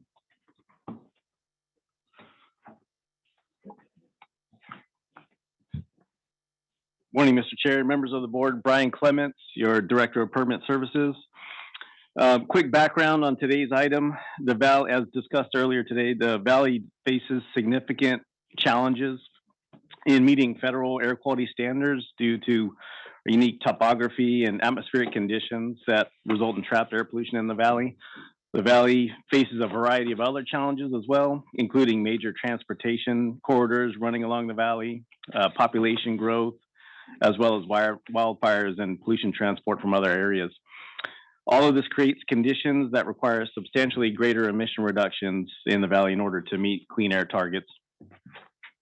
The Valley has many types of emission sources, including mobile, stationary, and area sources, all of which contribute to our air quality challenges in the Valley, where the majority of the remaining ozone precursor emissions are from mobile sources. So to address the ozone challenges in the Valley, over the years, your board has adopted and implemented numerous plans and strategies to reduce emissions. The reductions are illustrated on the right side of this slide. Collectively, stationary sources have been reduced by over 90% over the past few decades. On top of what the district has adopted, CARB has also adopted numerous mobile source control strategies to reduce emissions from mobile sources. Our combined efforts have resulted in the toughest emission control programs in the nation. In addition, we have our very strong grants and incentives programs resulting in significant emission reductions over the years through investment of over $5 billion. Through all of these various efforts, the Valley continues to make major improvements in air quality. The Clean Air Act, Section 185, requires severe or extreme non-attainment areas to adopt rules to assess a penalty fee in the event that the area does not demonstrate attainment with an ozone standard by the applicable date. This requirement applies to major stationary sources of NOx and VOCs, again in severe or extreme non-attainment areas. The fees are required on an annual basis until the area reaches attainment of the ozone standard or the EPA terminates the anti-backsliding requirements associated with the Section 185 penalty for revoked ozone standards. The Clean Air Act and EPA guidance allow for alternative fee programs to satisfy the Section 185 requirements for revoked standards. The purpose of the proposed new rule 3171 is to satisfy this federal Clean Air Act requirement that would become effective should the district not attain the 97 8-hour ozone standard. The Valley is currently classified as extreme non-attainment for this standard. And even though the standard is revoked, the district is still required to develop and implement measures to attain the standard based on the Clean Air Act's anti-backsliding provisions. The 2007 ozone plan outlines strategies for attainment of the 97 standard by the June 2024 attainment date. And as a result of all that work, significant emissions reductions have been achieved and significant progress has been made reducing ozone towards attaining the standard. The district and CARB are conducting additional analysis, including exceptional event documentation, in support of demonstrating attainment through a clean data finding to be submitted to the EPA. So this rule would only need to be implemented in the event that the Valley does not demonstrate attainment with the revoked 1997 8-hour ozone standard. This next slide here summarizes the District Clean Air Act Section 185 fee rules for each of the ozone standards. So we do have an existing rule, Rule 3170, that implements the Section 185 fees for the previous standard, the 1979 1-hour ozone standard, and has been requiring fees since 2011. The Valley was the first extreme area in the nation to attain this standard, and we have submitted the required maintenance plan to EPA along with a request to terminate the Section 185 attainment fees for that standard. We are now proposing to adopt 3171, which is the subject of today's item, to implement the Section 185 fees for the revoked 1997 8-hour ozone standard. And we plan to adopt future rules to implement the Section 185 fees for the more recent ozone standards moving forward. The rule will fully satisfy the Clean Air Act requirements by collecting these non-attainment penalty fees if the district does not demonstrate attainment of the 8-hour ozone standard. As proposed, the rule contains an alternative fee program and bases the approach on proportional distribution of the responsibility between stationary sources and mobile sources, where mobile emissions make up the majority of the remaining ozone precursors in the valley. The rule will require and collect the same amount or more fees as required under a direct implementation of the Clean Air Act. And the proposed alternative fee program contains two mechanisms for collecting these fees, which is, as proposed, is the same as our existing Rule 3170. The first is that fees are collected from major stationary sources, specifically for units not equipped with emission controls that meet or exceed our best available control technology or BACT standards, in recognition of those units that are already well controlled. The second mechanism is that is through an existing motor vehicles fees through the NEMB that will be used to supplement these stationary source fees. The fees were previously adopted under AB 2522 for the Clean Air Act Section 185 non-attainment fees. And last year, AB 2836 extended the collection of these motor vehicle fees. So the proposed rule contains, in addition to collecting fees, it contains a fee tracking and reporting mechanisms to verify that the Clean Air Act obligations are met. And importantly, adopting the rule avoids collection of these fees by the EPA, where funds would go into the general federal treasury that may not directly benefit the valley.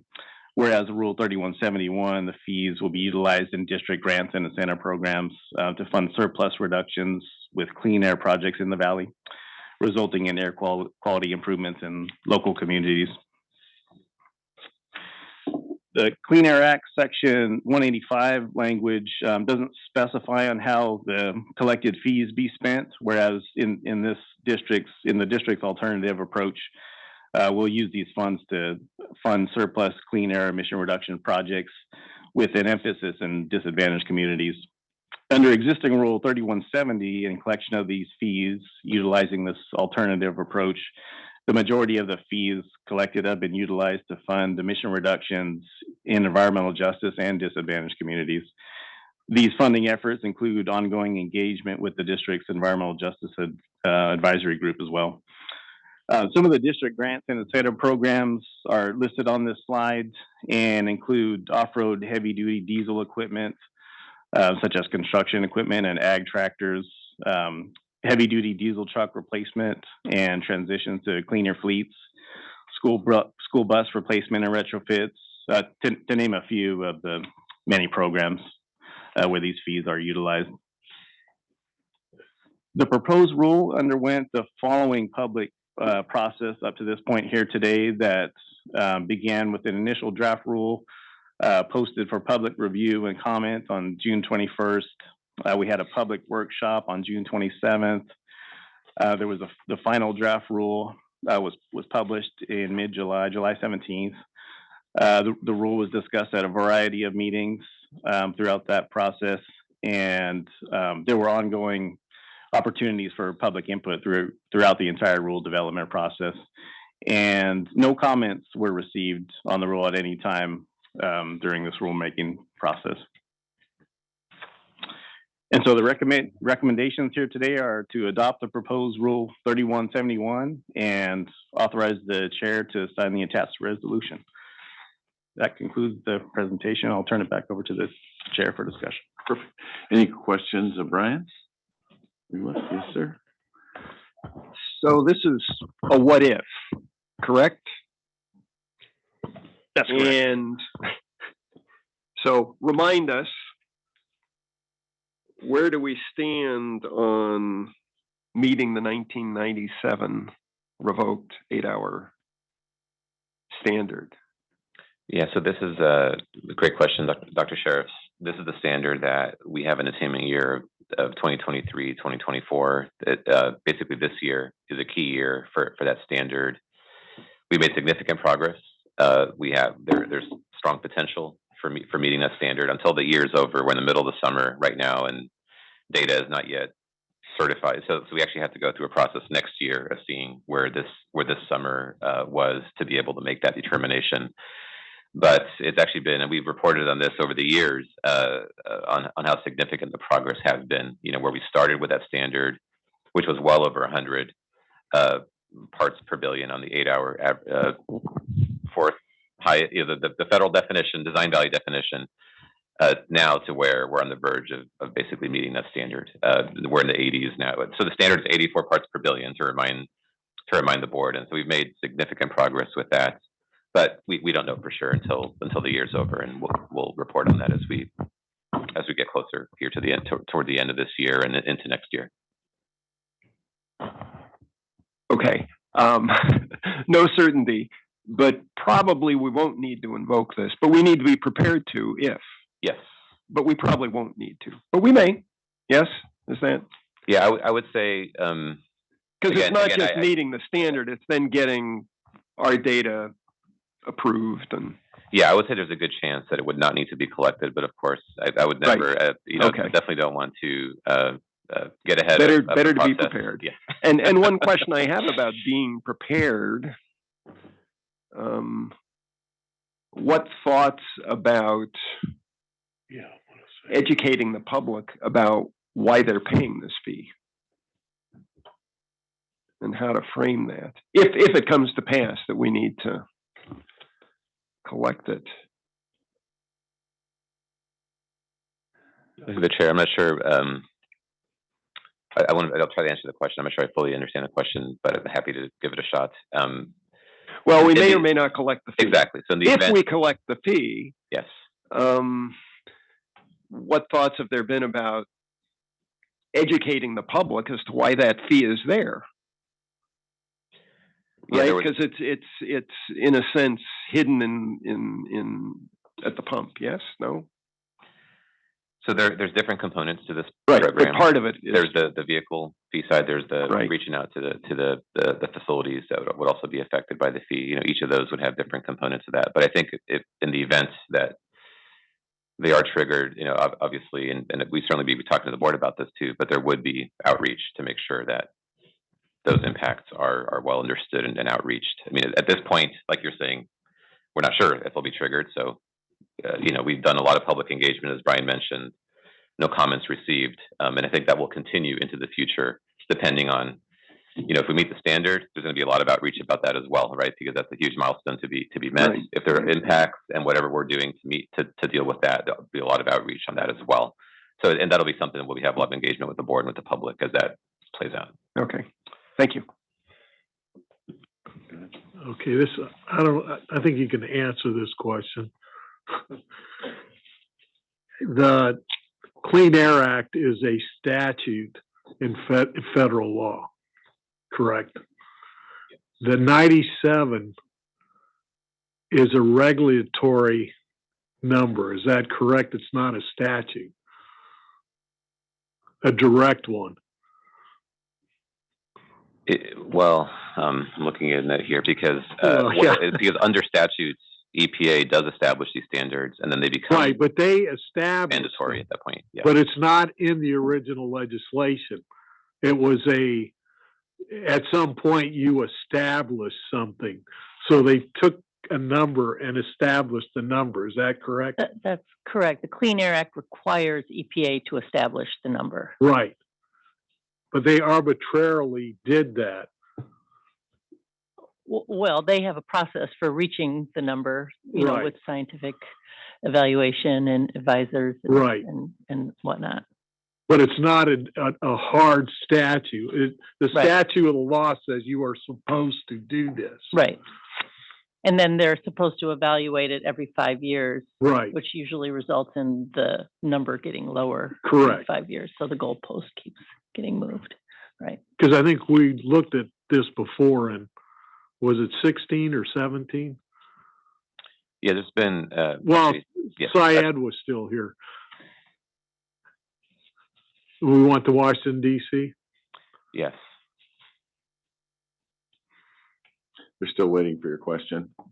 Well, I have several. No, I actually asked the question. I think we explained it, that this is a bureaucratic process to come up with this, but there was no outright law that says you have to do this at this standard. It was given to the bureaucracy to come up with a standard. Yeah, and in this case, it was, the Clean Air Act was amended in 1990, was the major amendment to the act. This particular standard was adopted in 1997, which was 7 Right. years after the 7 years after that. the act. But yeah. the It's an original ongoing, act was in the 70s. Richard Nixon was the president. and amended in 19. Right. Correct. Yeah. Okay. Okay, any other comments or questions? Okay, Any members in Bakersfield with comments or questions? No comments, thank you. Thank you. Any members in Modesto with comments or questions? okay, we'll go to public comment. Okay, Modesto, do you have any members of the public that would like to comment? No members of the public in Modesto. Thank you. Bakersfield, do you have any members of the public that would like to comment? No comment in Bakersfield. Thank you. Are there any members of the public in Fresno that would like to comment? Seeing none, I do have one online comment. Janet Dietz-Kamay. Welcome, Janet. Thank you. I'd like to start with pointing out that AB 617, the value of AB 617 is it was community driven. Residents know the quality of their air, and bringing the residents into the formula of addressing reducing exposure was the critical part of AB 617. Regarding this discussion, the reason for this standard is how it affects the people in the valley breathing ozone. And that is the reason for this standard, how it affects people breathing ozone. I cannot take air into my lungs when ozone is above 75 parts per billion. I cannot get the air in. It's like I have plastic over my nose and mouth and it won't go in. And I'm not the only person in this valley that has this response to ozone. I'd like to point out that I don't care to assume paying for a non-attainment fee when I pay for my DMV charges. I have said again and again, ozone is hurting me and hurting all of us in this valley. And what we need to do is meet the standard. 1997, give me a break. The valley conditions now in 2023 are different from 1997, and the approach has to differ as well. The challenge is reduce the ozone, reduce the ozone. The district air quality control job is to reduce the ozone so we are no longer exposed to the 1997 standard and focus on the next standard. Those of us who live here are depending upon you guys to help us,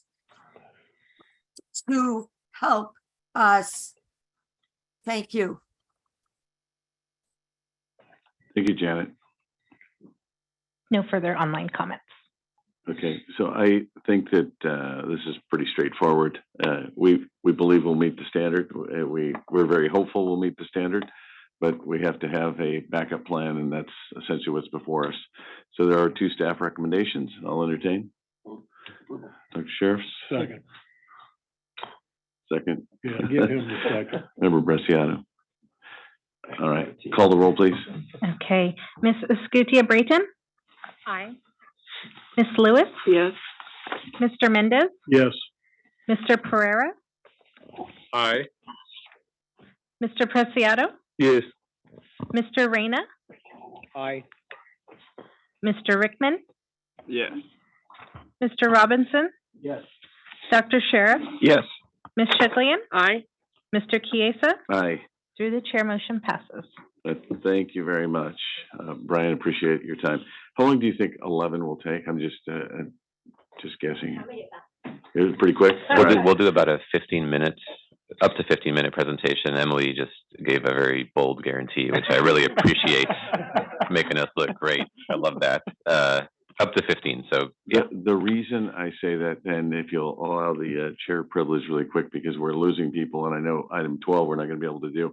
If it's okay, member Scutia Braden has a hard stop at 10 after, and I just want her to give a quick report. We had a discussion this morning. She had some interesting meetings, and if that's okay, because she might have to leave before you're done. Is that okay? Yeah. Everyone? All right. Member Thank you. Scutia Braden. Thank you, Chair. I highly appreciate that. Can you hear me?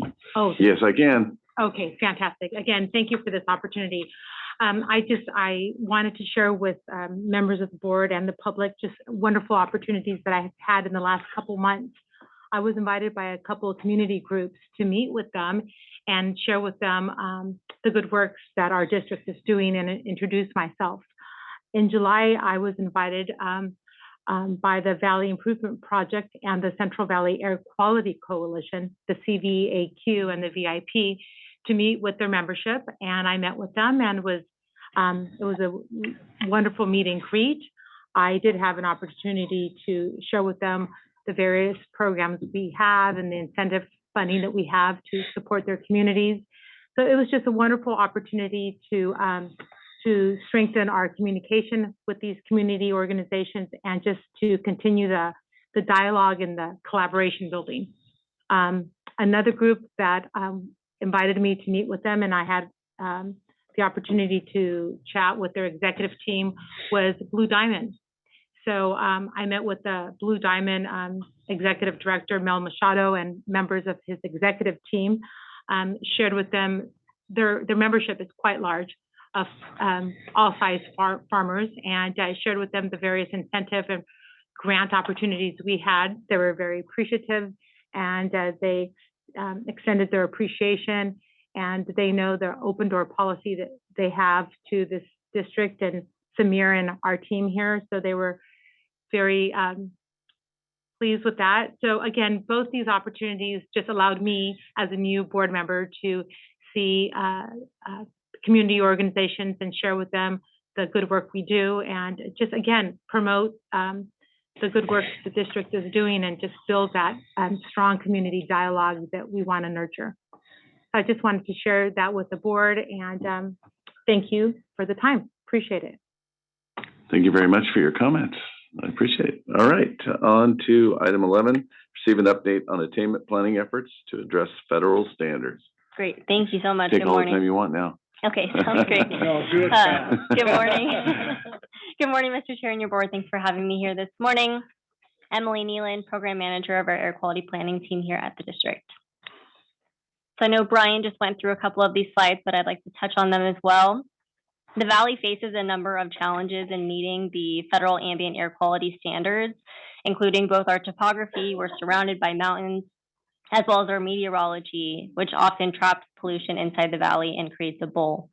In addition to that, we are also a major goods movement corridor. We have high population growth. We also have pollution transport from other areas, including South Coast, as well as from the north as well. And we also have a lot of prevalence of wildfires in recent years. And because of this, the valley constantly has to go above and beyond to reach our clean air targets. Towards that end, your board has adopted numerous attainment plans and control strategies to reduce emissions here in the valley, with reducing NOx emissions by over 90%, as you can see in the graphic on the slide. And additionally, the California Air Resources Board has done their part in reducing emissions from mobile sources through their strategies. Additionally, we operate strong incentive programs with over $5 billion in public and private investment. And through these efforts, we continue to make major improvements with respect to air quality. The graphic here on the slide shows our recent progress in improving Valley PM 2.5 emissions. On the left-hand side, you can see the improvements with respect to 24-hour average design values. On the right-hand side is the improvement with the annual average design values. And as you can see in 2020, in recent years, we've had significant improvements in comparison to 2003. In regards to ozone, we've seen considerable improvements as well. We've already reached attainment of the federal 1-hour ozone standard of 124 parts per billion. We've also seen significant improvements with respect to attaining the 8-hour ozone standards of 84, 75, and 70 parts per billion. And just to note that 82% of days during May through October, which is our ozone season, now meet the latest ozone standard. And the vast majority of days are meeting the 1997 and the 2008 standards as well. None of this would be possible without the significant investments from your board in adopting stringent control strategies. Just most recently in June, your board approved amendments to a number of rules related to leak detection and repair for a number of source categories. We're also continuing to work on our rules for conservation management practices and crude oil production sumps. EPA recently has taken a number of actions to approve submittals from the district. Most recently, they approved our finding of attainment of the 1997 24-hour PM 2.5 standard, which is a huge accomplishment for the district. They've also approved portions of recent PM 2.5 plans that we've submitted, including the serious plan for the 1997 annual PM 2.5 standard, the moderate plan for the 2012 annual standard, and the serious plan for the 2006 standard, except for contingency, which we'll chat about here in a moment. And recently, they also approved our clean boiler fuel requirement demonstration for the 2015 8-hour ozone standard. So it is critical that EPA take action in a timely manner with our submittals. We are working on a number of projects that I'm going to touch on here in a moment. But it is critical that EPA take timely action to avoid Clean Air Act penalties and sanctions, which can result in billions of dollars lost in transportation funds. Additionally, we really need federal support to reduce emissions from mobile sources that make up the majority of emissions here in the Valley. We do have sanctions clocks currently running for PM 2.5 and ozone contingency measure requirements. And lastly, we do have a couple of actions we're currently working on that I'll provide a little bit more detail on related to contingency measures for both ozone and PM 2.5, as well as our revised plan for the 2012 PM 2.5 standards. So specific to contingency measures, EPA recently disapproved our Valley contingency measures in light of recent adverse court decisions against EPA, which has impacted not only the Valley, but also other non-attainment areas throughout the nation. And due to the complexity that is contingency measure requirements, EPA recently issued draft guidance for contingency measures, following urging from the district and other agencies that this solution was very much needed. To address our contingency measure issues, the district and CARB adopted recently, in May of 2023, our contingency SIP revision for the PM 2.5 standards, which was developed in consultation with EPA. It included a demonstration that the district and CARB are implementing the most stringent measures feasible and that there's limited opportunities for contingency measures. Your board adopted amendments to Rule 4901, which is our wood-burning fireplaces and wood-burning heaters rule, to include a contingency provision. And you also included a commitment to further evaluate and amend Rule 8051, open areas if needed to receive EPA approval of our contingency package. On the state level, CARB has committed to developing a California smog check contingency measure, which would be statewide. Currently, all motor vehicles with 8 or less model years old are exempted from the biennial smog check requirements. So CARB's concept would include 2 triggers. The first would change the smog check inspection exemption from the existing 8 or less model years old to 7 or less model years old. And then the second trigger would further lower that to 6 or less model years old. And they do plan to host a public workshop that they've scheduled for next week on the 24th to further discuss their strategy for this measure. We're also working with CARB to develop our contingency package for the 2008 8-hour ozone standard of 75 parts per billion. And we plan to present this package to your board in late 2023, early 2024. On the federal side, on August 8th, EPA published their proposed PM 2.5 Contingency Federal Implementation Plan, or FIP, which is generally consistent with the package that your board adopted in May. It includes 2 measures that are consistent with what we adopted. The first is residential wood burning curtailment. Notably, their measure only includes 1 trigger that would lower the curtailment for the non-hotspot counties. And so with that, our measure is more stringent, the measure that was approved by your board in May. Their second measure is related to open areas, and they propose to lower the applicability threshold for rural open areas from 3 acres to 1 acre. And they've also included an annual reporting requirement to EPA by residents and entities that would be subject to the regulation. So we've held a number of workshops for this project already, consistent with the commitment from your board's approval in May. And we plan to return to your board as appropriate through our continued engagement with the public and EPA on this topic. And lastly, based on a petition from the district on locomotive emissions, EPA has recognized and committed to adopting a locomotive regulation. And in the proposed FIP, they recognize the importance of mobile source emissions, and they also included EPA intention to adopt additional locomotive measures. So we'll continue to engage with EPA on this effort to ensure that the Valley is not unfairly penalized and that EPA is contributing towards this effort. EPA does plan to hold a virtual public hearing next week on the 23rd to take public testimony on their proposed FIP.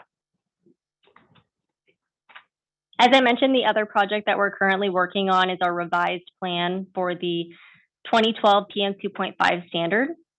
We're developing this in response to EPA's reversal of their prior proposed approval, and the last plan was submitted ahead of the original deadline. We're currently developing all components of the plan. Particularly right now, we're focused on our BACM, or Best Available Control Measure analysis, the emissions inventory, and the precursor demonstration.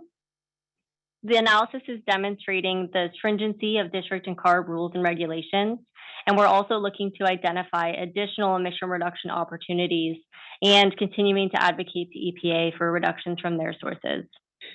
Modeling is currently being conducted to support our attainment strategy for the standard, and the plan may also include additional analyses for the 2006 PM 2.5 standard.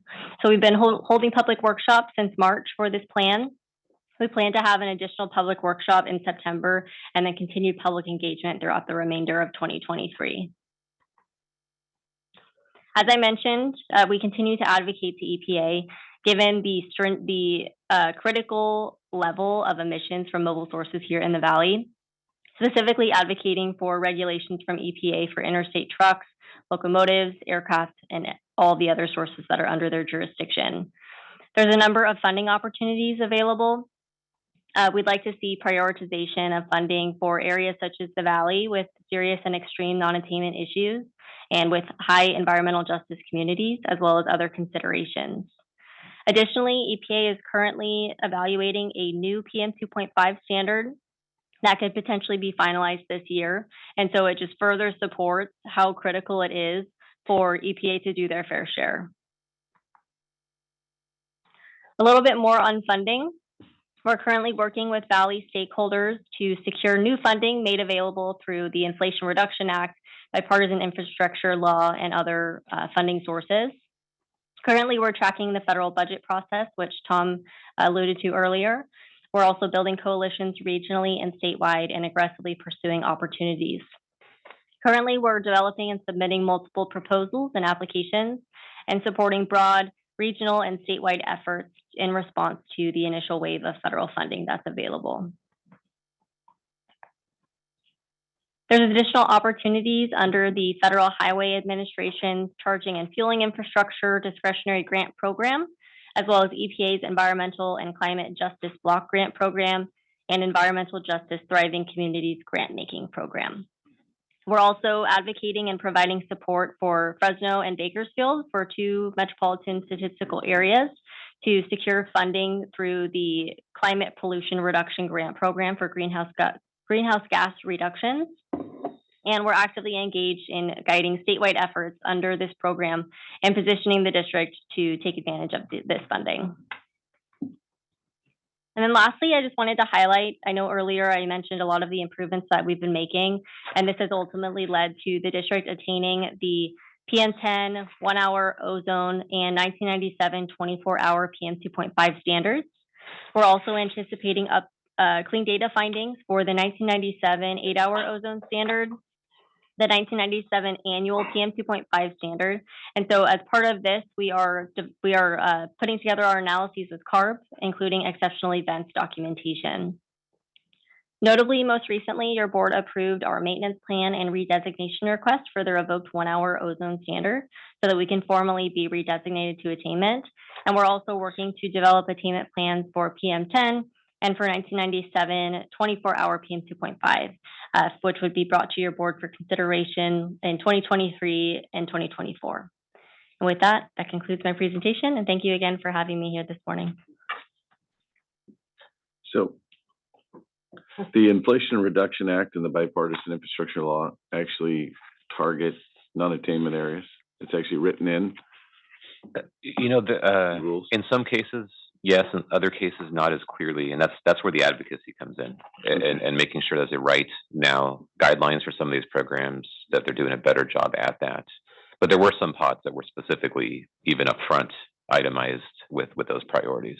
But there's been letters even from congressional delegations and others that are really highlighting that point on behalf of the LA area as well, to make sure that's the priority. Typically, they throw money at it, they pass a bill, and then they start writing the rules on, and that's where we need to get involved, because those are big pots of money that would be great to be directed for some of the shortfalls that are in programs to the state of California. Any questions, comments? Yes, sir. I appreciate the dialogue with the EPA. You know, instead of just saying, "Hey, you're not compliant, next," but I would encourage them to finish it up so that we could be compliant by the end of the year. If so, I definitely appreciate our efforts. So thank you for all that. Sometimes it seems like you achieve the impossible. And the contingency measures of lowering a year on vehicles, there's probably such small benefit, because generally cars that are made in the last 8 years are very clean, and taking a locomotive or changing a locomotive out probably is worth thousands and thousands of cars being smog checked.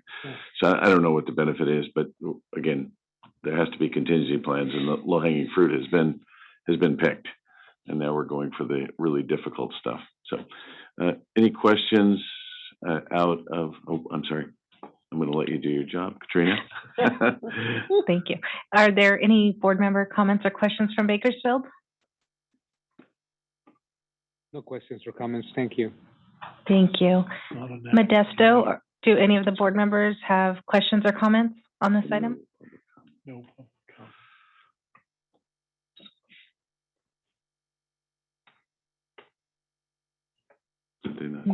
No. Thank you.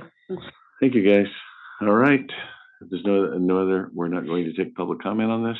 Thank you very much, Emily. Appreciate it. And we will move on to item number 12. No, actually our member has left. So we're going to skip item 12 unless, Samir, you have anything to add? No, I just wanted to highlight the report in the package, and yes, I'm sure she'd be happy to take questions if you have any about their activities. The CARB was dark in July and is also, as of I think yesterday, also dark in August. Just a heads up on that. There's no meeting in August for CARB. Okay. That's all I have to report. Okay. On that. So we'll move on to item 13, which now, if they were dark 10 more months, we'd be in good shape. Executive Director report. I've got a couple of items since we have so much time left in this. I'm kidding. I'll make it quick. We just a couple of key things I think the board would find and the public would find of interest. We've been, for starters, conducting quite a bit of outreach on the ZELI program, which is a zero emission landscaping equipment grant program. There's been some great news coverage on this program. We received applications for hundreds of pieces of equipment, a number of applications, and it's just the beginning. We have significant funding in this program for everything from chainsaws, edgers, mowers, pole saws, ride-on mowers, and still have quite a bit of funding left in the program. And I think if we can, just to give you an idea of how, since again we have quite a bit of time left here, I'm just going to talk about the great work that's going on. James, please show the video here. Great. This is if time, play the video. Sounds good. Thank you, Kevin. Landscapers in California will see a big change in their industry starting next year. The sale of gas-powered equipment will no longer be allowed to help meet the state's zero emissions engine standard. Action News reporter Nico Payne was able to try out a fleet of equipment at a free showcase in Fresno County today, and he explains the resources and funding available to help businesses and government agencies make the transition. The San Joaquin Valley Air Pollution Control District, in partnership with CalSTART, gave people a hands-on opportunity to test new landscaping equipment that is all electrically powered. Gas-powered lawn care equipment will no longer be able to be sold in the state of California. So everything is moving towards zero emissions. From the smaller tools like leaf blowers to mowers and other medium-sized gear.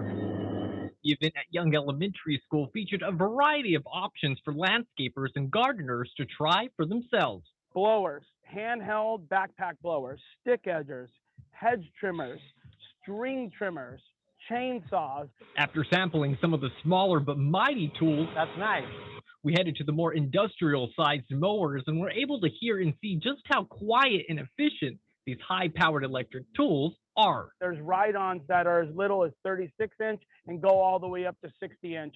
And by the way, the run times on those mowers, they can be close to 7, even up to 8 hours. Experts say replacing gas-powered equipment can make a significant impact when it comes to reducing air pollution in Valley neighborhoods. To put it in perspective, one gas mower produces emissions equivalent to that of 12 late model cars operating for the same duration. The Air District has a program that offers landscape professionals, gardeners, school districts, and other agencies incentives up to $15,000 per device to buy zero-emission equipment. The state's core program also offers up to 80% off retail costs. For most landscapers, it's a leap for them because they're so used to just what they use every day, that gas two-stroke diesel equipment. And so a really good tool that's a first integration into their fleet is that battery backpack blower. Local organizations canvass neighborhoods, knocking on doors to let them know about the upcoming transition and programs. They say once the funding is gone, assistance and incentives will be limited. And for people not able to make it to the event today, they do have 2 more events coming up this month. For more information, you could head to our website, abc30.com. Reporting from Fresno, Nico Payne, ABC 30 Action News. Nice. Great. And there are, we're continuing to schedule events, by the way. So if any board member has any ideas, and I know there's always ideas and interest in this, we're just going to continue just up and down the valley, trying to schedule as many of these events as possible. The other thing that we're doing now, and Jamie and her team are heading this up, we're doing in-person outreach during back to school drop-off and pickup. So we're using the back to school sort of weeks here, the couple of weeks, to talk about wildfire preparedness, grant programs that are available to residents, just general air quality information, how to find that information. As part of our Healthier Living Schools program that the board has placed a high priority on. I also wanted to just highlight here really quickly, there's an award that the Air District received, the Francis H. Raymond Award, in recognition of outstanding contributions to forestry in California. So this is something that, due to the ongoing collaboration that we have with our land management agencies and other folks that are working really hard on enhancing forest management. We're part of a task force that Fresno County Tree Mortality Task Force, which for many years now, where we worked with a number of entities to really work on that. This is one of many of those types of collaborations that we're involved in. Just wanted to show that off, the word off a little bit here on behalf of the district and for the board's commitment to that level of engagement. We appreciate it. And lastly, I'll just mention the upcoming governing board study session. This is something that's been a tradition of this board. It's a public board meeting to talk about strategic items in a more relaxed setting, and it's been a great event that the board has held. It's tentatively planned for November 29th and 30th in downtown Modesto, and in September we'll be officially setting the calendar for that, as well as talking about the agenda for that. But I just wanted to just get that date out there and make sure that it's in everyone's minds, and we'll be talking some more about that in September. And with that, Mr. Chair and board members, I'm happy to take any questions or comments. Any questions or comments from the board? Seeing none. Do we have any of the board members in Modesto with questions or comments? No, ma'am. Thank you. Mr. Reyna, any questions or comments from you in Bakersfield?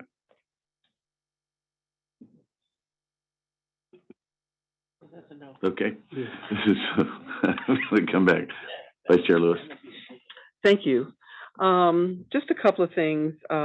First of all, I'd like to let the board know, as well as our staff, that I did attend the Tune In, Tune Up event on June the 24th in Merced.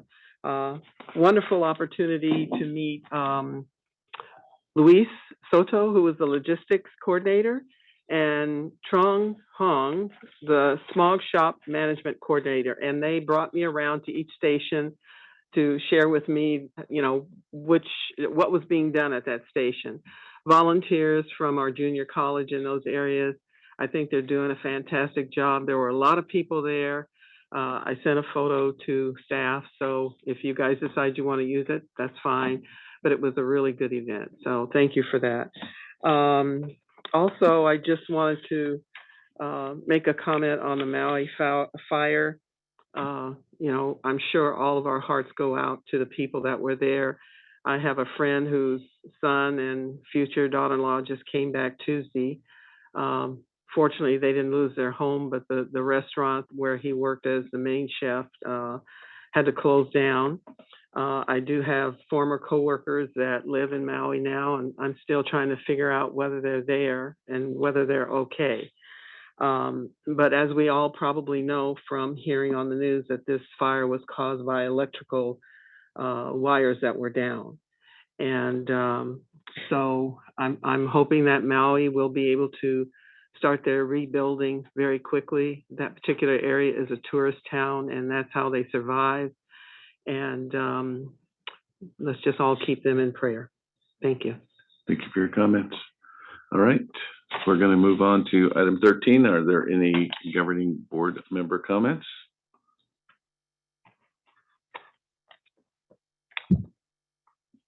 We'll check down south. Mr. Reyna in Bakersfield, any follow-up comments? No comments. Thank you. Thank you. In Modesto, any comments from our board members? None in Modesto. Thank you. All right, move on to item number 15, closed session. Annette? Yes, we will proceed to closed session where we may discuss the items that are on the agenda. Is there any public comment on any of the items identified in closed session? Are there any public comments on the closed session items in Bakersfield? No public comments in Bakersfield. Thank you. Any public comments in Modesto for the closed session items? No public comments in Modesto. Thank you. Are there any members of the public in Fresno that would like to comment? Seeing none in person or online. And do we expect a report out?